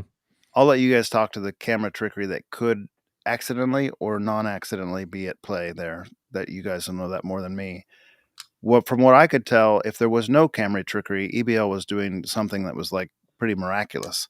Mm-hmm. But it's yet to be seen by me. I read on the forums a whole lot of positivity about it, and it looks like it's really doing amazing things on that video. But the way they filmed it was making Bob and Ryan have some questions about the way it was done. And it was all dark content because it was all Batman. There was no bright content in that. Was there any bright content in that at all? There were bullet flashes and stuff, but one of them it had some because it had some scenes from what's the one with Will Smith? There were some bright scenes in that. Was that in that, or was that in the NZ8 versus the Valerion one? That might have been the video that you're talking about. NZ8. I think that was in the Valerion one, the NZ8 versus the Valerion one, not that one. I think that was just Batman in that one, and it was just all dark content. Mm-hmm. You're right. You're right. The multi one had the Will Smith one. Yes, that was I do think because he showed it side by side with quite a few different models, and we saw that how his camera works with quite a few different models. It does, at least in the DLP world, in that lifestyle projector thing, really bring something new to the table. How it compares with the long throw stuff like JVC, Sony, Epson, that's kind of yet to be seen. It looked like it had a weird color shift, though. Yeah, but that's Calibrator. I mean, I'm not worried about color necessarily. I'm more worried about how it deals with the darks, how it deals with the brights, what's its native contrast, what's its anti-contrast, that kind of stuff. You can fix most of the other stuff unless it's a A10 with multi-directional gradients and a bunch of other stuff. Well, I mean, just like with the JVC issue, I mean, when you start doing all that laser dimming, is it going to stay color accurate as it dims? Yeah. Because they're relying heavily on laser dimming to maintain that and gamma manipulation that they say in the threads. Again, they say could it? Maybe I don't know. I haven't seen it in way. person. Mm-hmm. And yeah, in that multi one, it had the highest DE at I think in like 15. It was like 15-17% or something. Yeah, in its accurate color mode. Yeah, or maybe it was the out of the box one. I couldn't quite keep track of. So the color thing that we were talking about was, and this is why I brought up the cameras with the TVs, is that if a camera is looking at two different displays and it's messing with ISO and it's messing with the white point, it's going to favor one of the displays. Which one it favors? It's typically going to be the brighter one, because it's going to bring the other one up to that brightness level, because the camera wants to make the entire image have a uniform gray point, and usually what it's looking for is like an 18% gray. So it's trying to make the entire image have an 18% gray. So if you made the image black and white and you took a sample in the middle or wherever and you gave it an average, like what is this thing's average gray? It'd be 18%. That's usually what it does. So when you do that, what Bob is talking about in this particular video, the part that didn't have, and this is kind of where it doesn't really go with what I just said, the part that didn't have EBL had all of this noise. And usually the noise that you see is part of, when I typically see that, it's ISO on a camera, and you raise that and it brightens the image and you see all of this noise. Why it was in that particular part and the EBL one didn't have it was because really because on the strange. EBL one, to generate that contrast, they're having to raise darker parts lighter. I guess you're right. So the image is going to be overall. The image is going to be brighter with EBL on, and that's why it's the ISO is going to be lower. You're right. So when the other one's going to be darker overall, so it has to.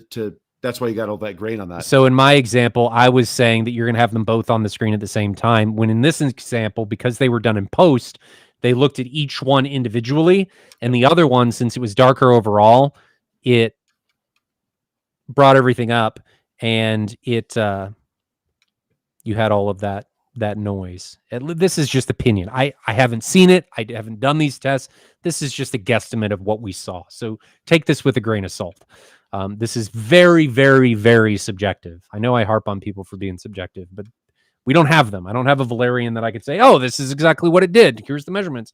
We're just looking at other people's reviews, because I've looked at all those reviews when I did the LG thing, and then I bought an LG, and this is not what I thought I was getting. And it definitely was not.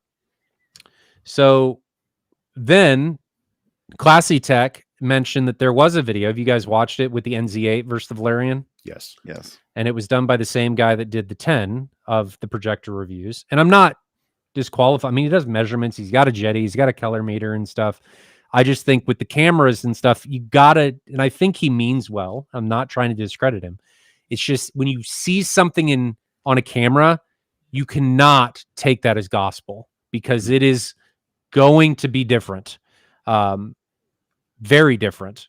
So don't buy based on what you see a display look like through a camera in a review. Right. Don't. And do in that one, I thought the Valerion looked washed out in a lot of places. In some of those like Will Smith faces and some of those things outside. Mm-hmm. But again, I don't know if that's how it actually looked, or if that's just how that particular picture of a picture compressed and put on YouTube looked, watching it on my phone. So, Jonathan, can you talk about, or I can talk about, why that's dangerous? Like if you have the NZ8, and let's take the camera out of the equation. Like if you have an NZ8 or a projector with a really, really good black floor, and you put another projector right next to it, what can happen? Yeah. The JVC could end up looking quite dim, when in reality, if it's by itself, you would be able to see some of the detail that wouldn't show up on the camera if they're side by side. Is that what you're trying to point out? Well, that and the native contrast gets smacked. Yes. I don't necessarily agree with the people who say you can't compare them in the same room side by side, because even when we've done that many times, you can still see it. You could see the difference in room side by side. The camera, in that kind of instance, if one's significantly brighter, if they're raising the basis of the whole image up, it could, like some of that stuff in the NZ8 look dimmer than it would look in real life. Like that's just how it is. And maybe it wasn't portraying the JVC as fairly as it could.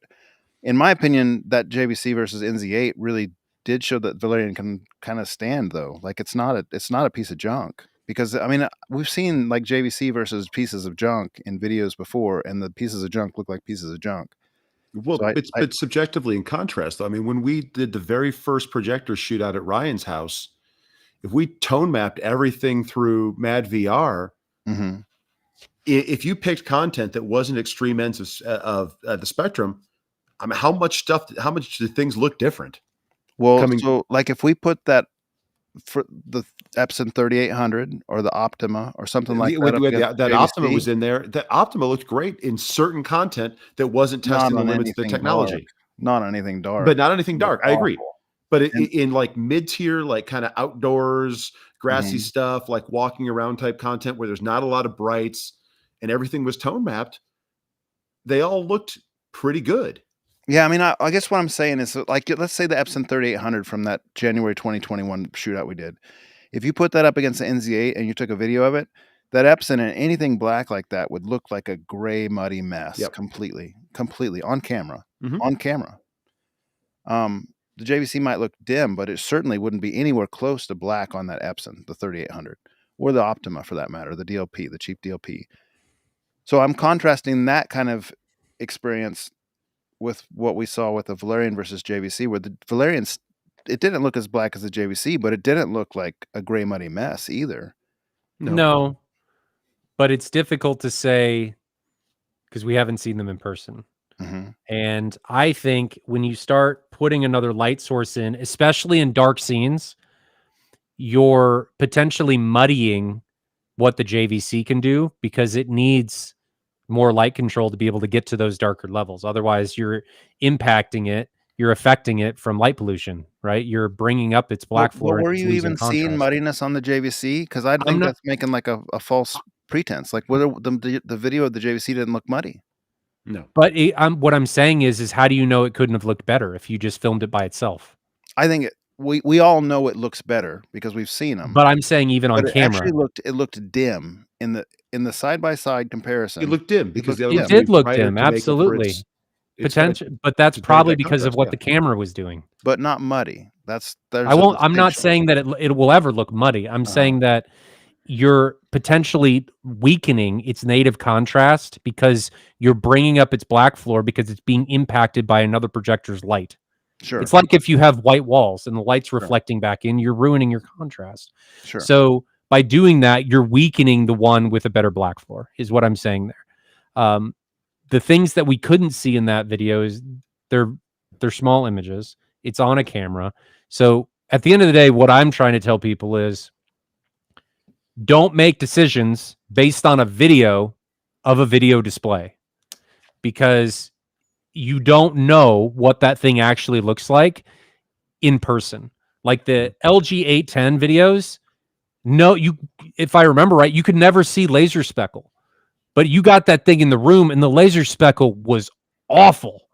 Mm-hmm. So the other thing to keep in mind, and this is the same with audio, because people like see him chat like the JVC is outrageously overpriced. And yeah, maybe it's too expensive. I don't know.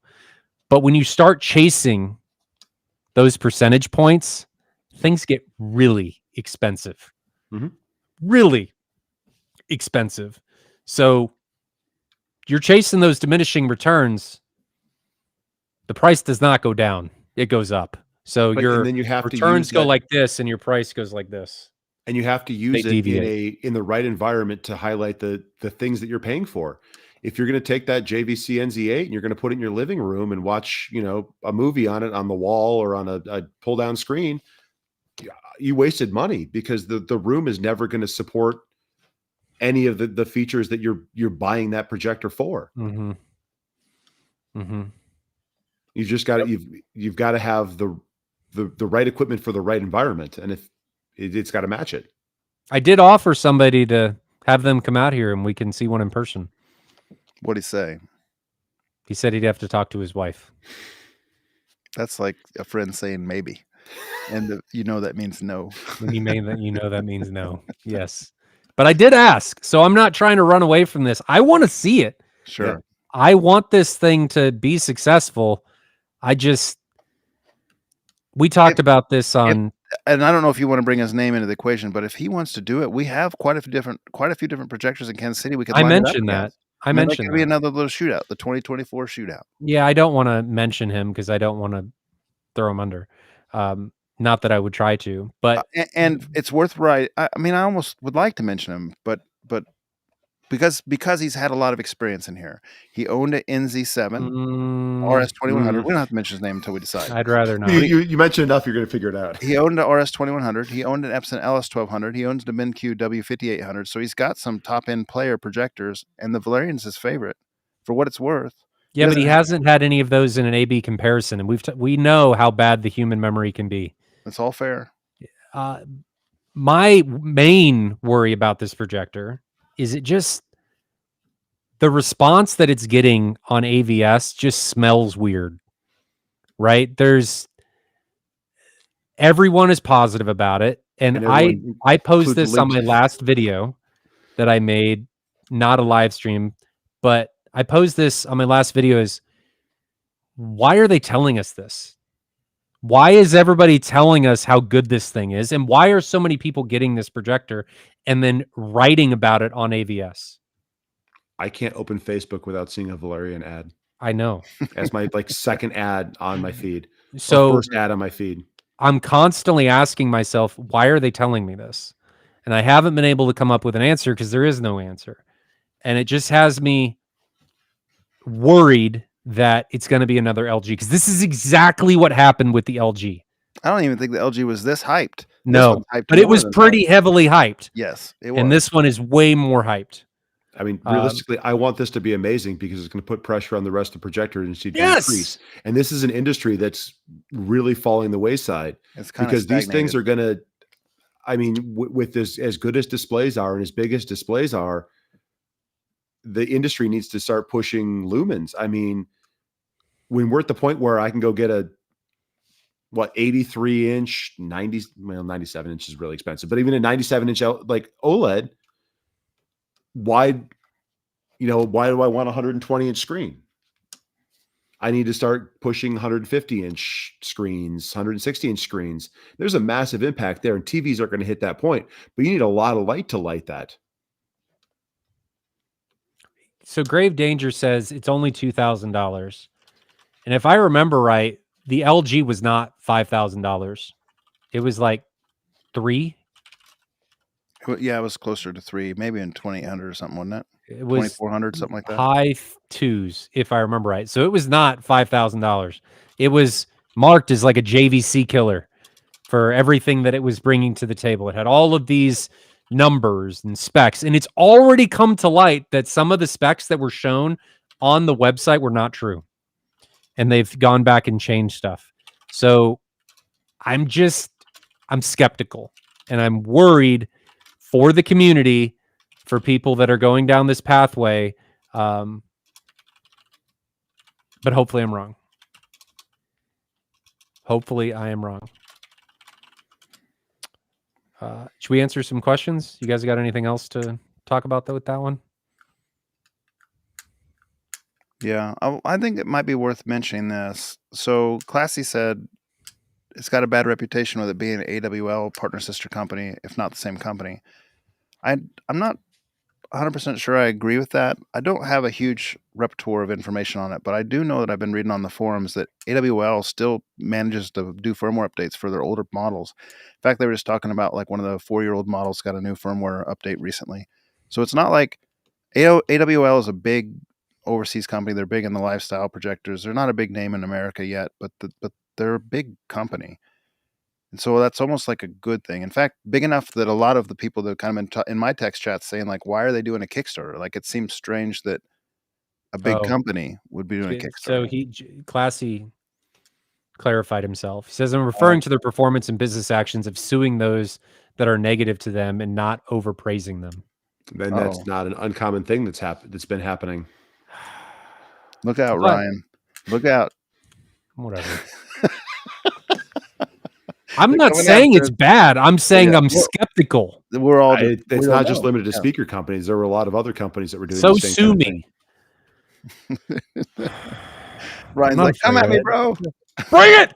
I'm not afraid of it, but I'm just skeptical. I want to see it, and then I want to I'm not going to write like scathing things about it. I just want people to be objective and wait to see it.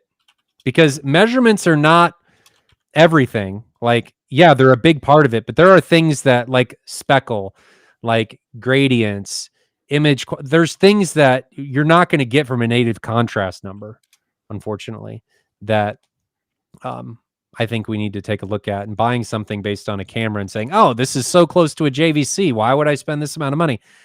I have a feeling that that's some camera stuff going on, because if we talk about the ABL dynamic contrast measurements and stuff being 12,000 to 1, I mean, what is a JVC's dynamic contrast with its laser dimming engaged? It's like absurdly high, like high 5 digits, if not 6-digit territory, isn't it? I mean, wasn't starting with the 50-40. Epson was saying 1,000,000 to 1 dynamic contrast. I'm or not something. talking about Like, that. just, I mean, as far as like a spec on a sheet, I mean, it didn't mean anything, but it was the number that was there. I'm talking about more of the like as far as a measured stuff. result, yeah. So, Gravedanger says, Ryan, just buy it. It's only $2,000. Come on, how much do you have invested in your theater? So I actually thought about it, but then I went and read the return policy. You can't really return them. Not off Kickstarter. If they're open. No, this was just off their website. Oh. Like their website's return. Go read it. I mean, it's not really instilling confidence in me wanting to buy something. It's like, you can't return it. You're going to get hit with like a 20% restocking fee or worse, or you're not even going to be able to return it. So I'm like, that's confidence in your product. If you're worried I'm going to give it back to you. But who knows? Hopefully I'm just skeptical. Anyway, time for questions? Sure.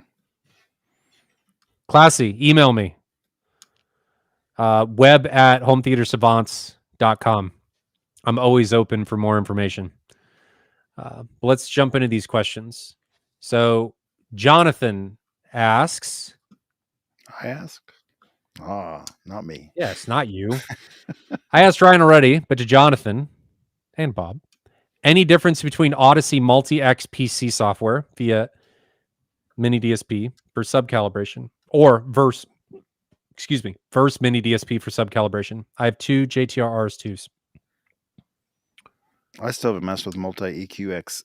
Have you messed with it, Ryan, now at this point? Or No. Bob? I have not used the PC version, and I don't have a miniDSP, but I'm planning on buying one soon to do some experimentation with some things. I have one you can borrow. Okay. I have to find it. Is it the newer version? Is it? Well, I'll talk to you later. Okay.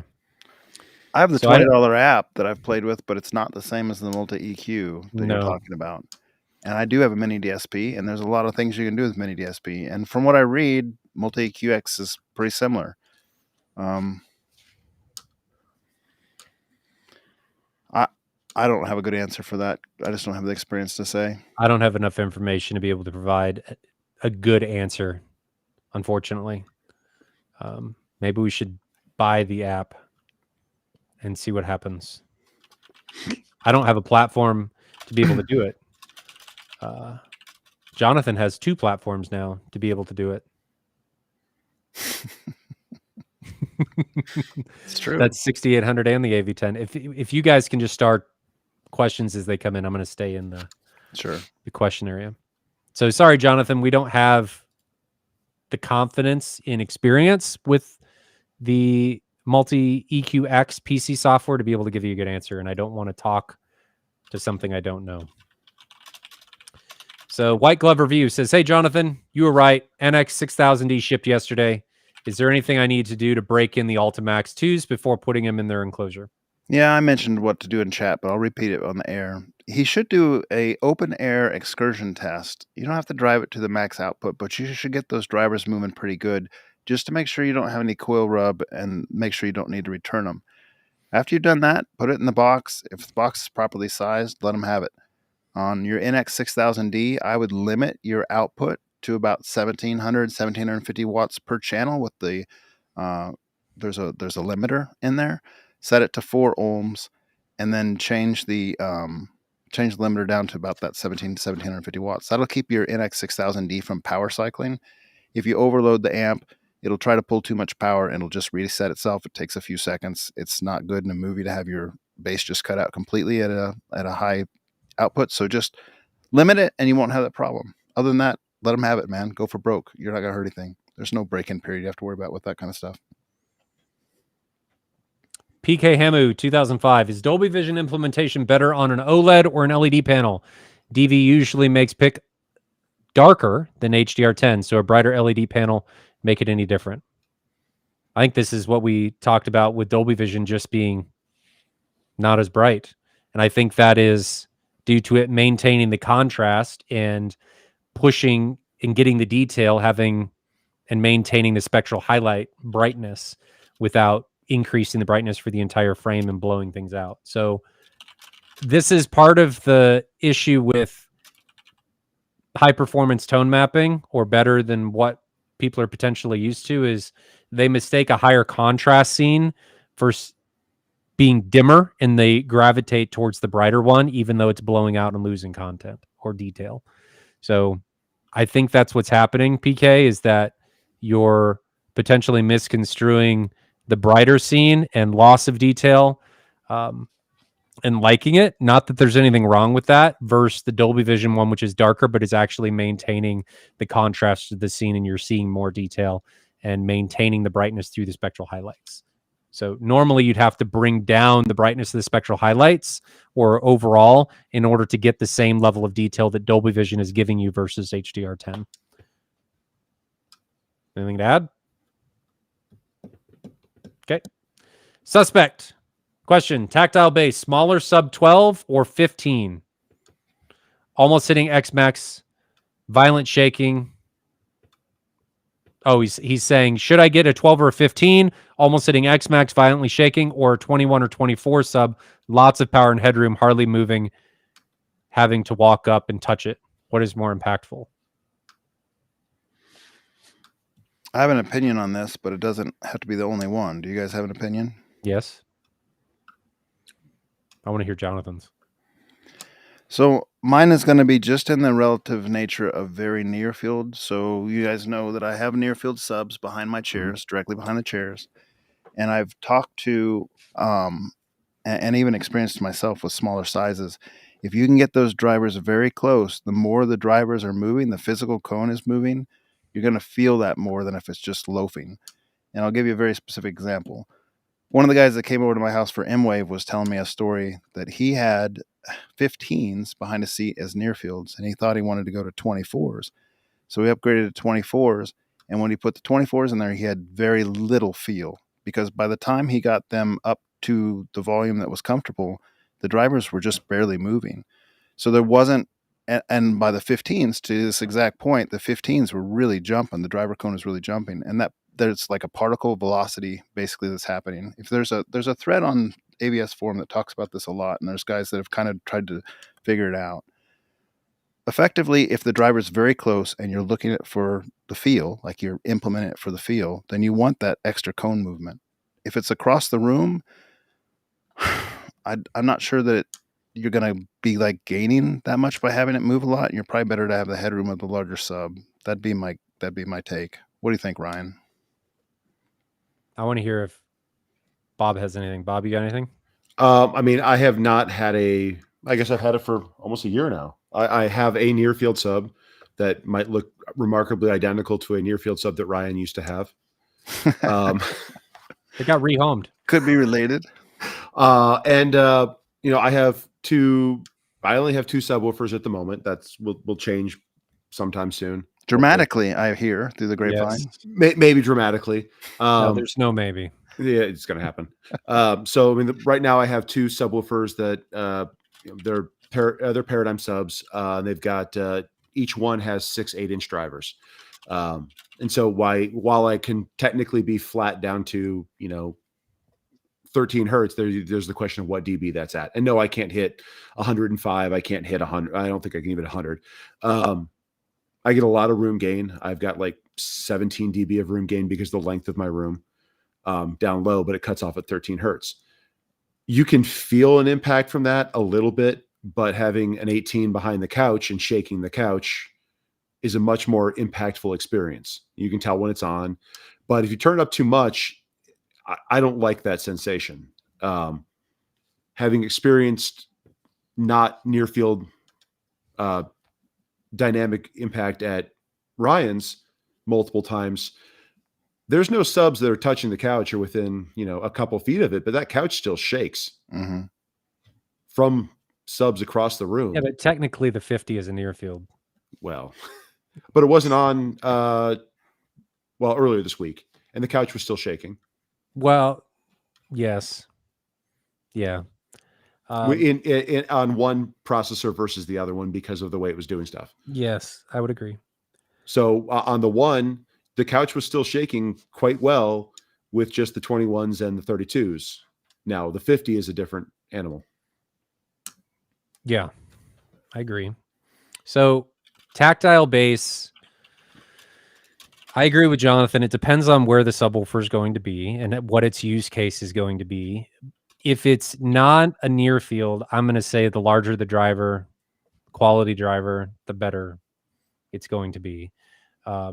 It also can depend, though, on what you're trying to get, because a lot of those 21-inch drivers are not going to have the low-end potential output that a lot of the 18s do. They're more pro audio drivers, and you're going to get frequency responses as such. I mean, the kick subs in the Experience Center are very much like that. They don't have the output of some of the 18s that are on the market. They don't have the level of excursion, but the trade-off there is, they have ridiculous amounts of output in the mid-bass regions. So it really is going to come down to what you're trying to get. I don't think there's any replacement for displacement. You're going to get, I think, a better overall experience if implemented correctly with the larger subs, and then potentially using, if you want to go the near field route, 15s or maybe even 18s or even 12s if you can get them close enough for near fields. I think it's just going to be a better overall experience, and you're going to have a lot more output from the bigger drivers and displacement, as long as it's not everything else being equal, in my opinion. Anything else on that one? No, there's a second piece to this question when we start it. So the same gentleman suspect. Just highlight that one so you get the full thing, and see if there's anything else to add. This one? Yeah. Violent shaking, high pressure, air moving, or more surface area and more volume of air. I think we addressed it basically. I think you can potentially get both of those out of the bigger drivers as long as they're placed further away. I mean, the 21s, you got chest pressurization in my room for sure. And they're the smallest driver in there for subs is 21s, and then it's 32s and the 50. So just depends on placement, like Jonathan said. I'd agree. Good question, though.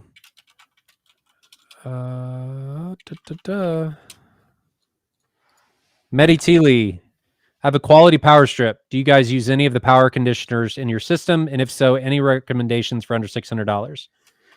Was Jonathan already searching for something? No. But you have one. Mine's not really under 600 unless you find it on sale, which I did. Mine was actually I purchased under 600, but normal price is not. I have the Furman. It's a Panamax 5400, like PM 5400, I think is the model on it. It's a good power strip. It's got voltage regulation. It's got triggers and all that sort of thing. I think if you're going to do a power strip, you probably ought to either do an active UPS, like something like a APC smart UPS, or you should get something with voltage regulation. Else, I'm not sure that it's really worth your time to do. A whole home power amps. A whole home. Would you put amps and stuff on a UPS? I wouldn't. No, you're not. I wouldn't put them on anything with voltage regulation either. It doesn't sound good. It robs the headroom. You're supposed to just put your processor on there and your disc player and just your smaller electronics. Your projector, that kind of stuff. Yeah, you can do the sequential mode stuff that doesn't rob transients as high, but it's not going to have as much protection. But protection's a relative standpoint from someone speaking from experience here. it will protect your goal of a whole home power conditioner or whole home surge protector, and I highly recommend them. Is not to save your electronics. A whole home surge protector is to save your house. Because I had a near field ground strike 3 years ago, and it melted my GFIs outside. It melted the one in the garage. Basically, everything that was plugged in got fried. But those things dumped enough current to ground that my house didn't catch on fire. I didn't have wiring burn in the walls. All my interior stuff was fine. So certain things that were plugged in worked. Or threw away every power supply I have. But even things that were plugged in and that were plugged into good conditioners had another path to a surge. So while you think you're getting this covered, I had most of my electronics, or a lot of my electronics, got fried because it got into Google Fiber, and Google Fiber still runs one metallic ground line. So it got in there, got in my network, and killed everything that was hooked up with Ethernet or fried Ethernet boards. And then because it was in there, it got an HDMI, and anything that was on HDMI got fried. So just because you think you're plugging your equipment into a really expensive power conditioner, it's going to save it. It's really not going to. From a lightning standpoint, it's damage mitigation at that point in time. It's still lightning. You're not stopping it. No, but if you're in an area with frequent brownouts, sure, or you have bad power next to you, you can correct some of that stuff. There's some of the whole home surge protectors do line noise mitigation also. Well, Jonathan, you actually have experience with this with yours. With the removing line noise and hum. Yeah, I mean, kind of unrelated, but what I found is just grounding the chassis all together on the amplifiers and the processor, and then ground it to your green ground plug on the electrical outlet. If you have multiple outlets, just ground them all together like a big daisy chain. It'll eliminate noise. I have so much noise in here without doing that it's so obnoxious. You put that ground wire in place and all the noise is gone. Common ground, baby. So a lot of your processors or your AVRs will have like a ground screw on the back. Sometimes it'll be called a phono plug, but a ground screw. And the amplifiers do or don't, depending on what you buy. If they don't, just unscrew one of the chassis screws, like one of the case cover screws, scratch off the metal with a screwdriver so it's just bare metal, wrap a little wire around it, pigtail it to your other wires, and then screw the screw back in, and that works as the ground on that kind of equipment. That's how I've done some of my iNuke amps, for instance, and all the noise is gone, like completely gone. Not just a little gone.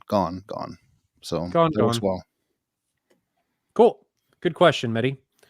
White Glove Review says we should do Spotify versus Apple versus Tidal versus Disc. I don't think there's be a difference once you get match bit rates and get above 320. The volume levels are recorded differently. We noticed between Tidal and some of the other services, but if you kind of normalize the volume or figure out how to kind of get that in the right ballpark, it's going to be pretty hard to tell the difference, I think. The big volume difference is going to be in Atmos. Now, and that's just the way they're running it. There could be a measurable difference, but I don't think there's going to be a subjective difference. And if there's any difference there, it's most likely to be the fact that they were taken from different original masters.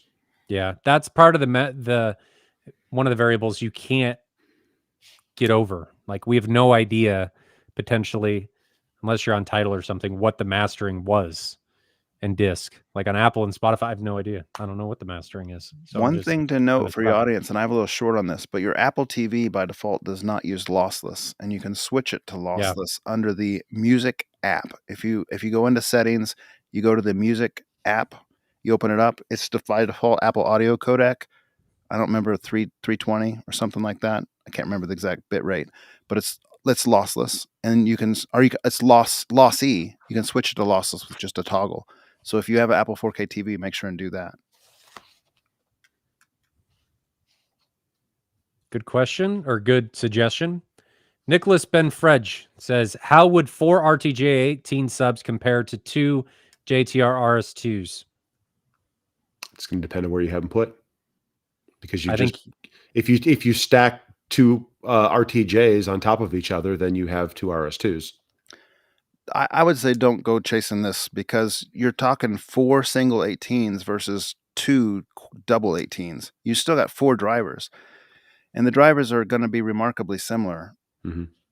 Remarkably similar, and I say that with a little wink. You might look into that a little bit. I don't think that's the right chase for you. You should look to do something different if you're going to try to upgrade your subs. But But if you put the subs in different locations, you're going to have more flexibility with 4 versus 2. Exactly. Sure. You'll fix More more. You can uniformity potentially between fix more those. room modes. Yeah. Yeah.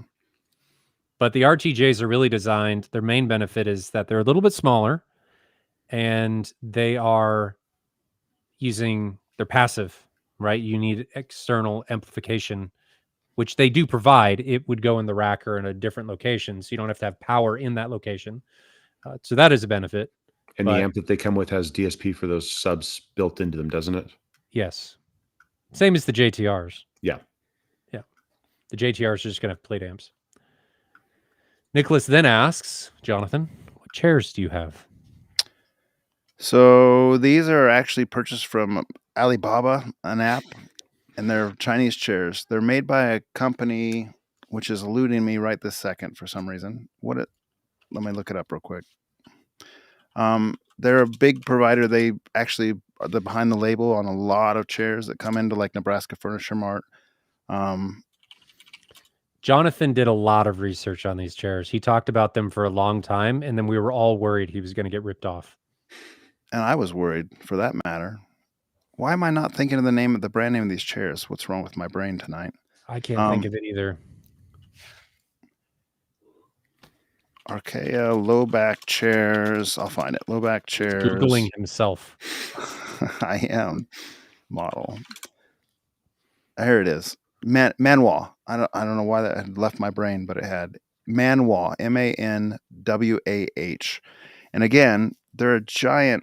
Like in China, they're the back end for a whole lot of companies that in America or whatnot. Like they just make a lot of the chairs. And so I found out, actually, I liked a model at Nebraska Furniture Mart that looked exactly like these. They only came in white leather. I didn't want white leather. I asked Nebraska Furniture Mart if there was any way to get anything else. They said, no, we only get this one color. I looked at the label. I tracked it back to Manwah Corporate in China. I contacted them through the Alibaba app. I said, can I get these in black leather? They said, sure. Long story short, I ordered them directly through the Alibaba app. I saved money buying off Nebraska Furniture Mart, and I got the color I wanted. They shipped direct to my house. All the duties and stuff were included, and I got them cheaper than Nebraska Furniture Mart would do. So that's an option. The world has changed. The modern world has changed. You can do stuff like that. There's a thread. I just looked it up again. I'll put the thread in there if you want specific models and contacts and that kind of stuff. If you're interested in looking, you don't even have to buy these chairs. There's a lot of options out there. Alibaba is awash with home theater stuff you can buy. I'll put that in chat. Good question. Bruce Barnes says, drops $14 Canadian. Thank you very much for the super chat, Bruce. Much appreciated. Thank you, Bruce. Always appreciated, never expected. Coffee Money for bugging Jonathan all the time. Do you guys have any experience with the Dayton Audio version of the miniDSP that's half the price and twice the channels? Not yet for me. I haven't even read anything on it yet, so I don't have any other capabilities either. But no experience with it. Have you? I'm looking it up.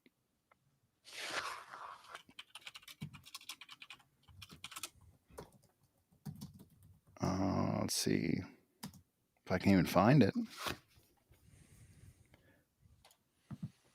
You guys can go on. DSP 4008 or 408. That I don't know. Bruce, what's the model on that? That's the only one they have on their site. Digital signal processing. I'm on their site. Yeah, I see the same one now. You're a little quicker. DSP 408.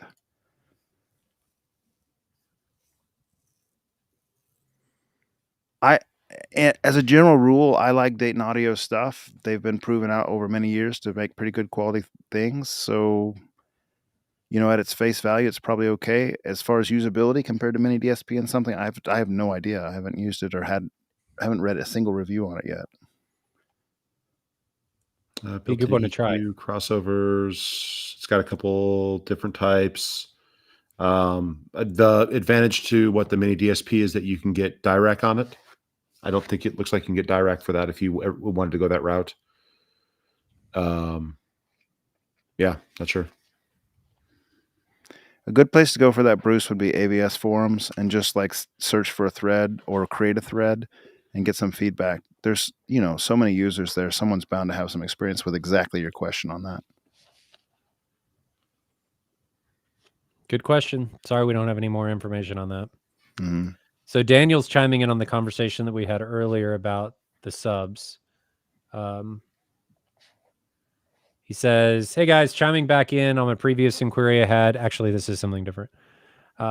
Decided to go with my gut and upgrade my 3-rail 1510s to just 2 PSA EV 1813Ms. All I can say is wow." And that's what I would expect, wouldn't you? I think I remember him commenting on one of our previous shows. Yeah, I mean, that's cool.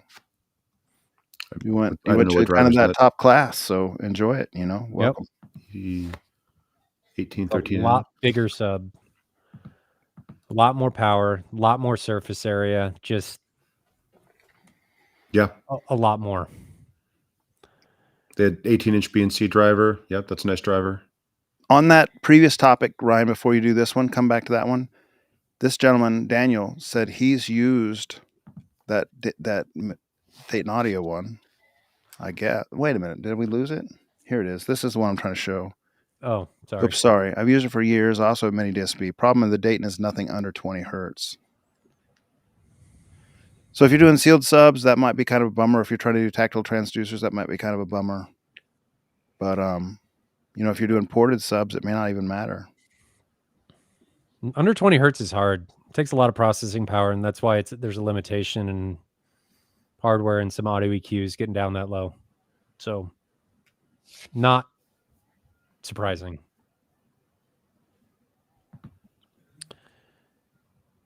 Patrick Navin says, "Ryan, would you let Jonathan's friend do a true target by Magic Beans calibration in the MavVR Experience Center to compare it to the one done by Adam Peltz and Matt Trinkline?" Sure. I don't have a problem with that. I'm all about the data. I'd want, is that Chana? Shauna, I think, is the one that's behind it, but the guy that does it here is Kevin. Yeah, but I'd even be open to Chana coming out and doing that. I want to know, man. If it's something that's awesome, I want to know. My thing is just I've never experienced it, and I just haven't experienced it.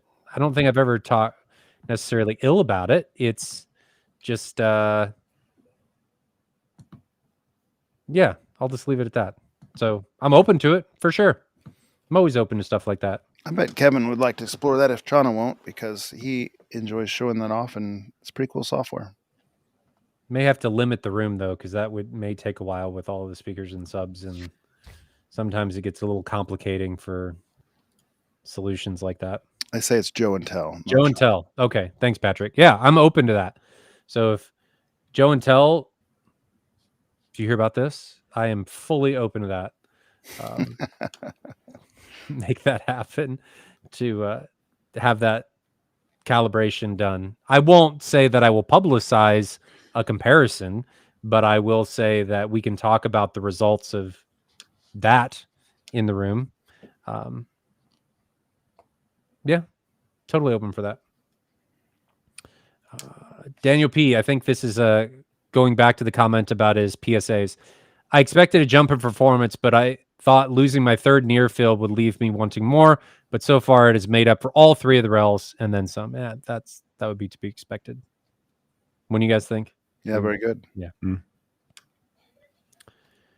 Charlie B., amplifier recommendations for sealed stereo integrity HT18 drivers in 4 cubic foot boxes.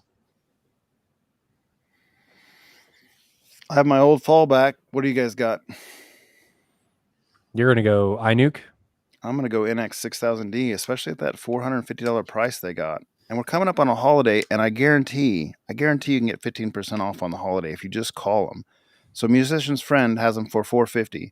You call in and say the coupon won't apply, but I'd like to use the coupon.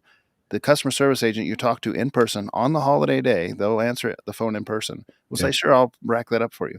So now you're paying $385 or so for a iNuke DSP. Almost like Jonathan's done this before. That's exactly how I ordered mine. If you are a Musician's Friend, if you join their buyers club, I have bought my wife a lot of music related equipment through Musician's Friend.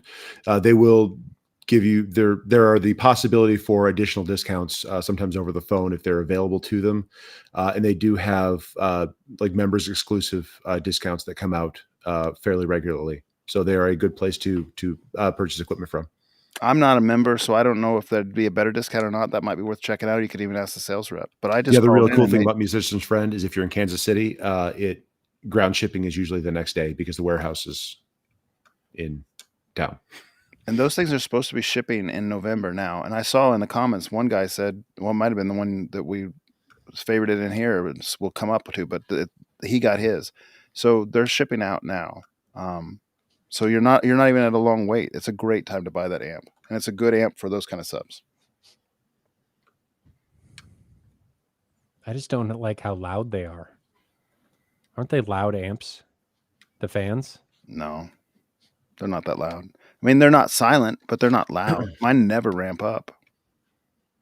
I guess that's true. In You're only going to get half the power, correct? You get about 60% of the power rating, maybe 66, depending on if you're running one channel or two. So they're rated at 3,000 watts per side. The reality is, like I said earlier, you get about you can put them at 1,700 or 1,750, or they'll power cycle. Like if you don't have that and you run them to clip lights, they'll power cycle. But if you limit them in the DSP to 1,700 watts, 1,750 watts, so instead of 3,000, 1,700, 1,750 per channel, they won't power cycle, and they'll run all day like that. Which is just 3 dB anyway. Yeah. And it doesn't even matter. So yes, they underperform what they're rated. Find me another amp that gives 715 watts per side, 2 sides, at 4 ohm for $385. There's nothing even close. And they actually do pretty well under 20 hertz, according to multiple people testing. Not NYT, Luke on the Man, Amir at ASR. Like they're a good amp, and they're cheap.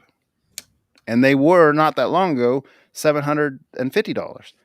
They reduced the price. I guess COVID knocked them up to $750, and somehow, in a miraculous turn of events, they brought the price back down when their price went back down. So applause to Behringer for that. Yep. I mean, 450 is what they were before COVID. They jumped to 750, and I lamented because I thought there's no cheap amps anymore anywhere.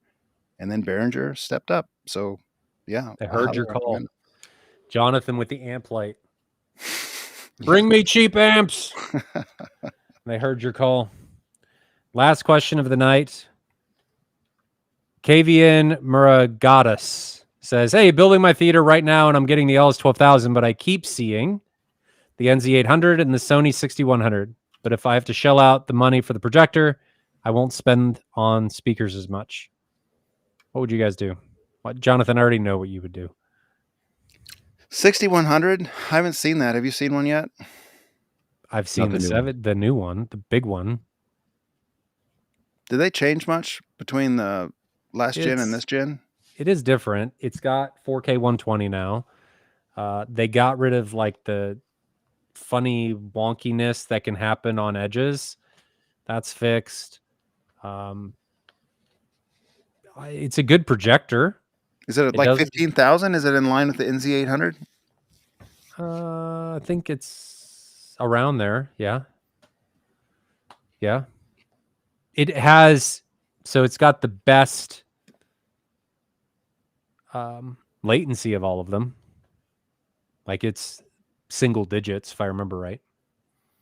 It's really fast. So if you're gaming, the Sony's the way to go, for sure.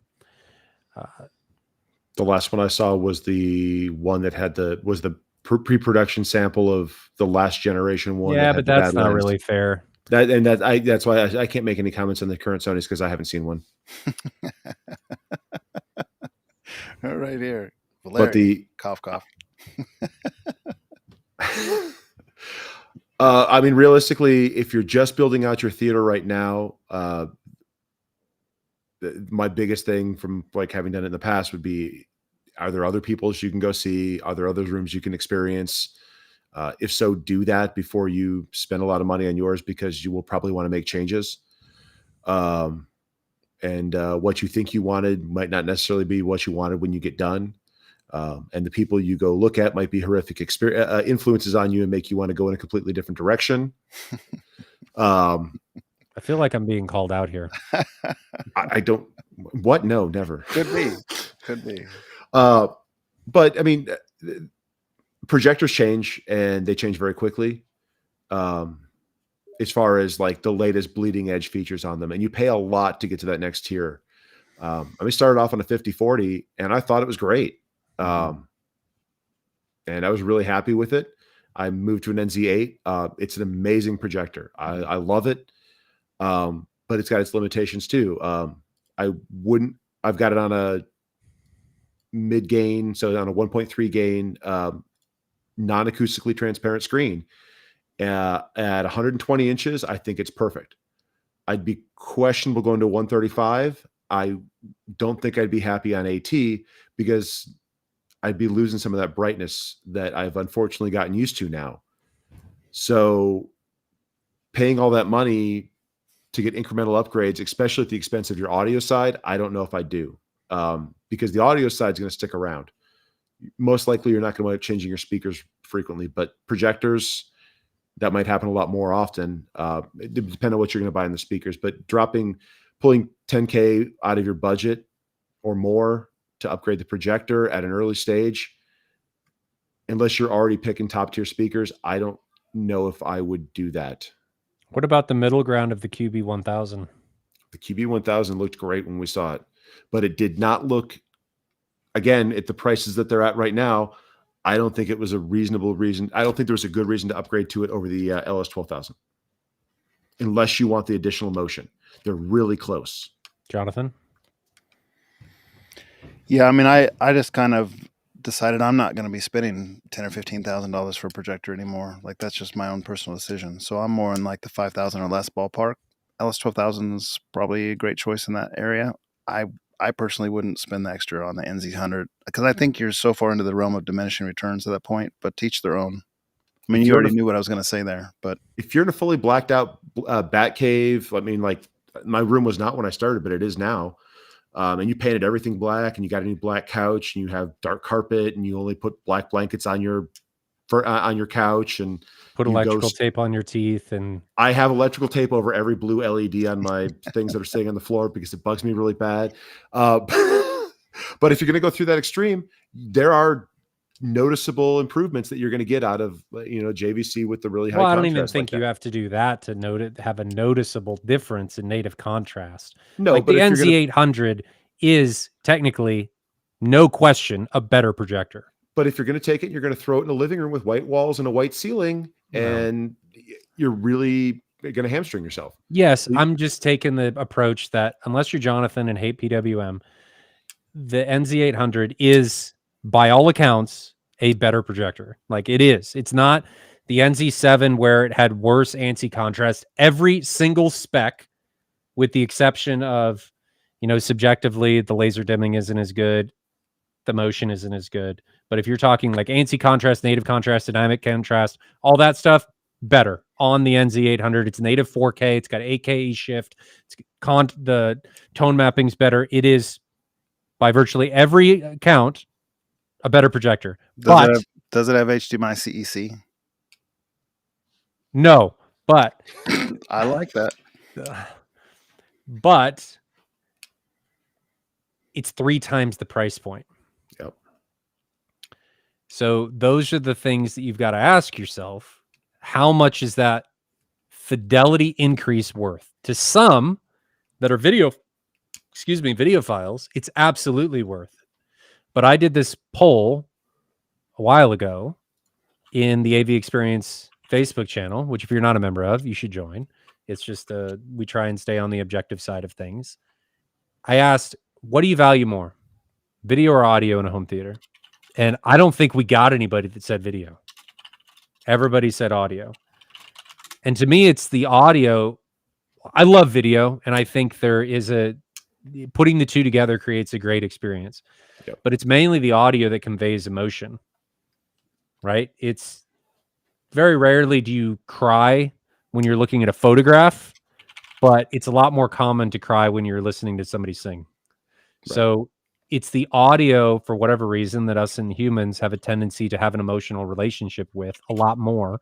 Not saying it's impossible with video or imagery, but I think finding a middle ground of an LS12000, and then maybe later on down the line adding, and I think this is the better way to do it, adding something like a MadVR core to that, I was just you're going to exactly gain a lot more out of that experience than just putting it all into a display. Because then if you upgrade the display later, well, the video processor, the MadVR is still there. So you've still got that benefit of nonlinear stretch, of subtitle handling, of IP control, of all this stuff that device brings in. You're able to bring in all of those different things, and it's a win-win. Plus, the LS12000 in the core is still less by a third significantly less than the NZ8. You're at $10,000 instead of $16,000.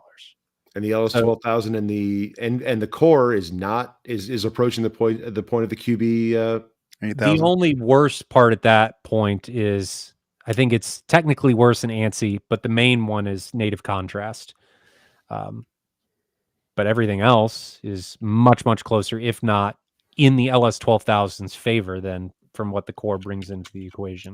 That's what I would do personally if I were in that. Or I mean, it just depends what you're going to pull out of the system at that point in time. If you're going to say, I'm going to buy, if I'm going to skimp on subs to buy a bigger projector, I'd say no.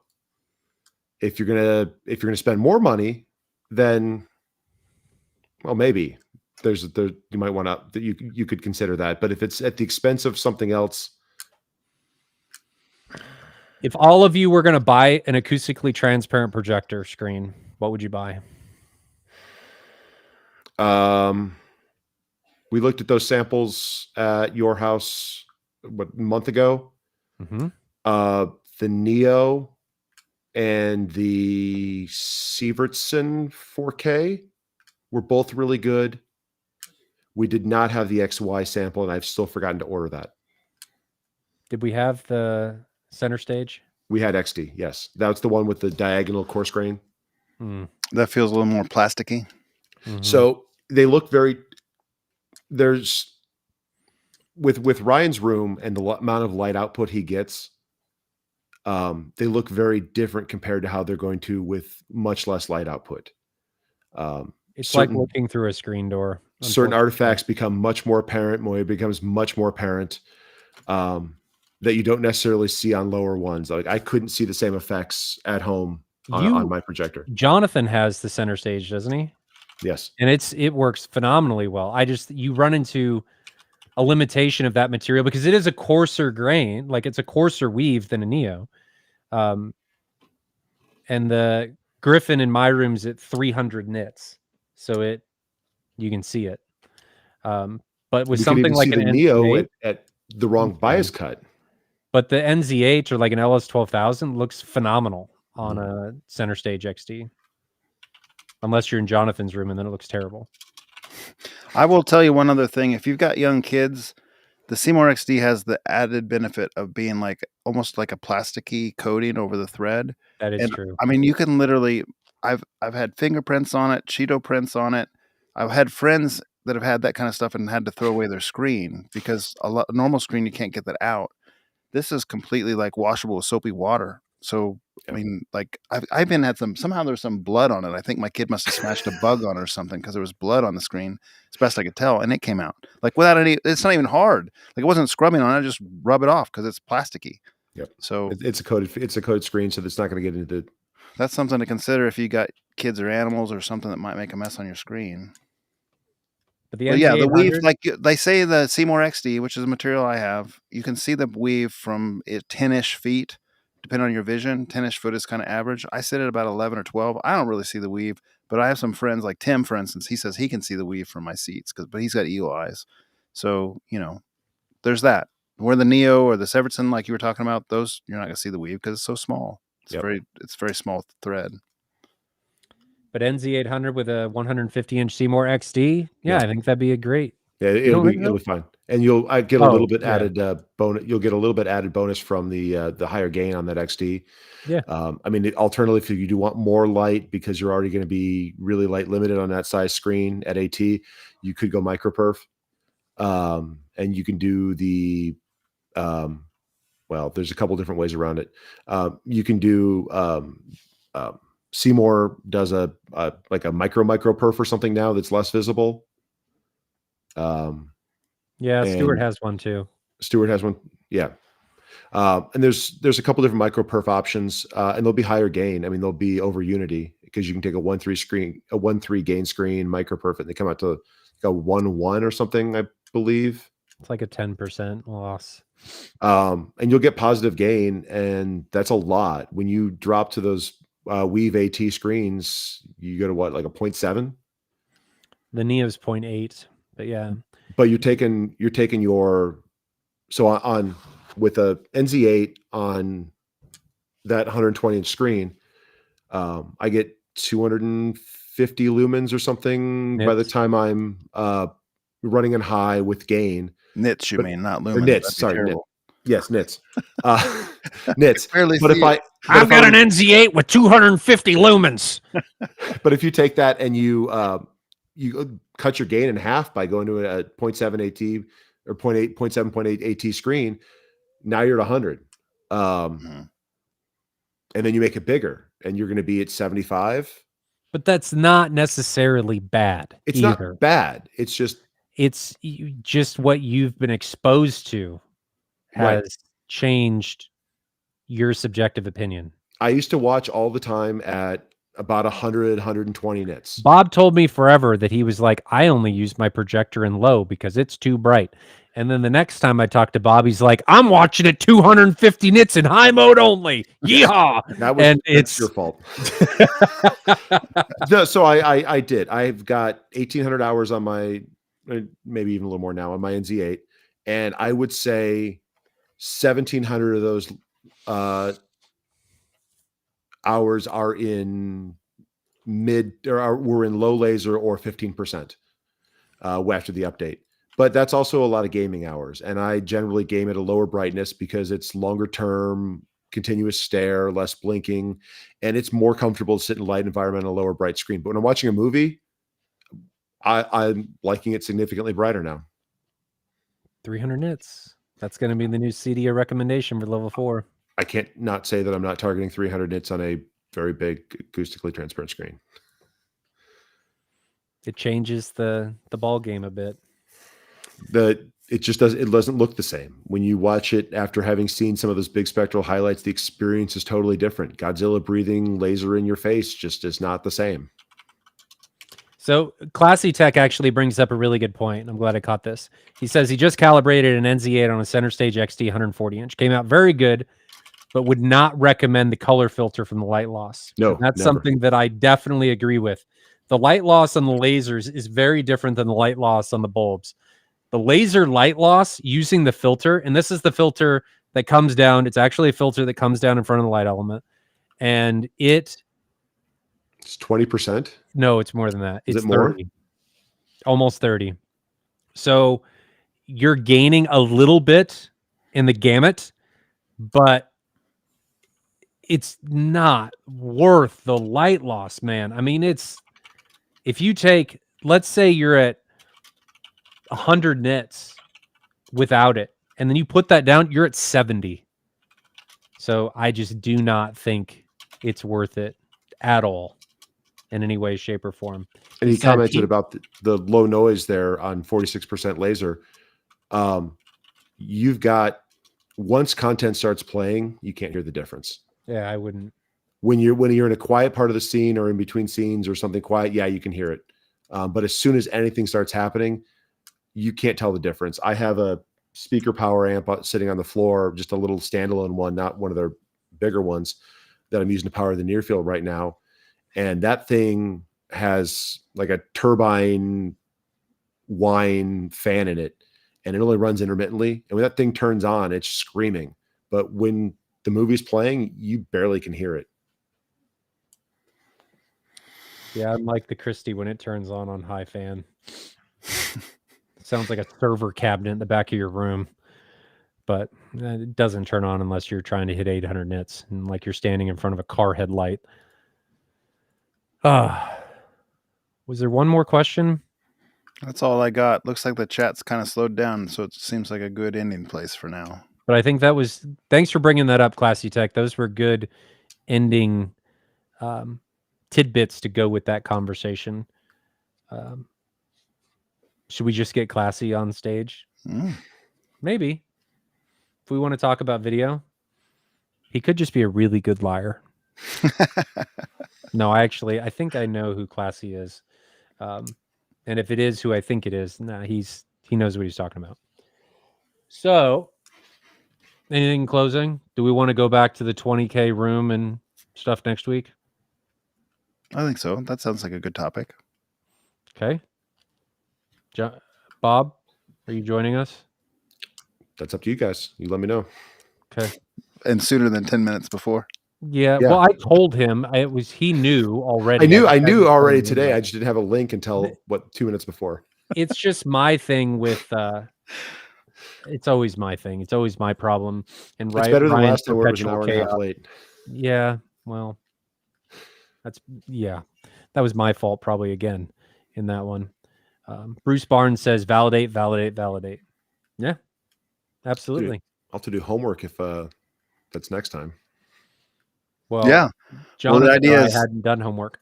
The idea was just like if you had 20K to spend, and it's green grass, what would you look into? What would you buy? And if you're Jonathan and you cheat, used, you'll both do used. And you'll do 2 channels, like a 2-channel in an open concept, and then have a dedicated room, which was totally against what we originally said. And we both agreed. He's like, And just well, how many options there, and is DIY included? I think it's fair. Why not? You want to do DIY? Why not? Like, okay, you got 3 different perspectives. You got 3 different ideas. All right, fine. The next topic will be 20K. And we weren't worried about wires, all that kind of stuff. It's just like the big stuff, the big ticket items. Display, audio processor, subs, and speakers. That's all we talked about. We're not including the room treatments, cables, mounts, furniture. None of that's included. This is just the big ticket items, the ones that most people are going to think about when they come into this. And if you want to include one that kind of comes into the 20K price point, though it's still a little low for this price, this is a video processor, if we can think about that. 2 used Black Swans off eBay. That was what my takeaway from last go round was. Somebody in the chat. For like $4.50. The price of a Happy Meal was Jonathan's 2 used Black Swans off eBay. Probably with shipping included. They were actually paying him to take them. Yeah. Was it what ended up happening? Found him at the Salvation Army, and was pretty amazed I could pick him up. Traded in some old t-shirts. I walked into Salvation Army, and they had a 32 infrasonic with amplifier. I gave him a Black Sabbath t-shirt and trade, and they let me come home with it. It was amazing. Yeah, I love how this is going to work out. My list is going to be awesome. Imaginary numbers is just Jonathan's thing. I'm going to make a sign and just hold up imaginary, and that's just where we're going to be. But sure, we can do DIY, and since you're going to do it anyway, we can do used, because who cares? There's no rules. There's no rules at this point. What about a room build stream, moderate and high budget for new homeowners just starting out and don't know everything involved in the construction?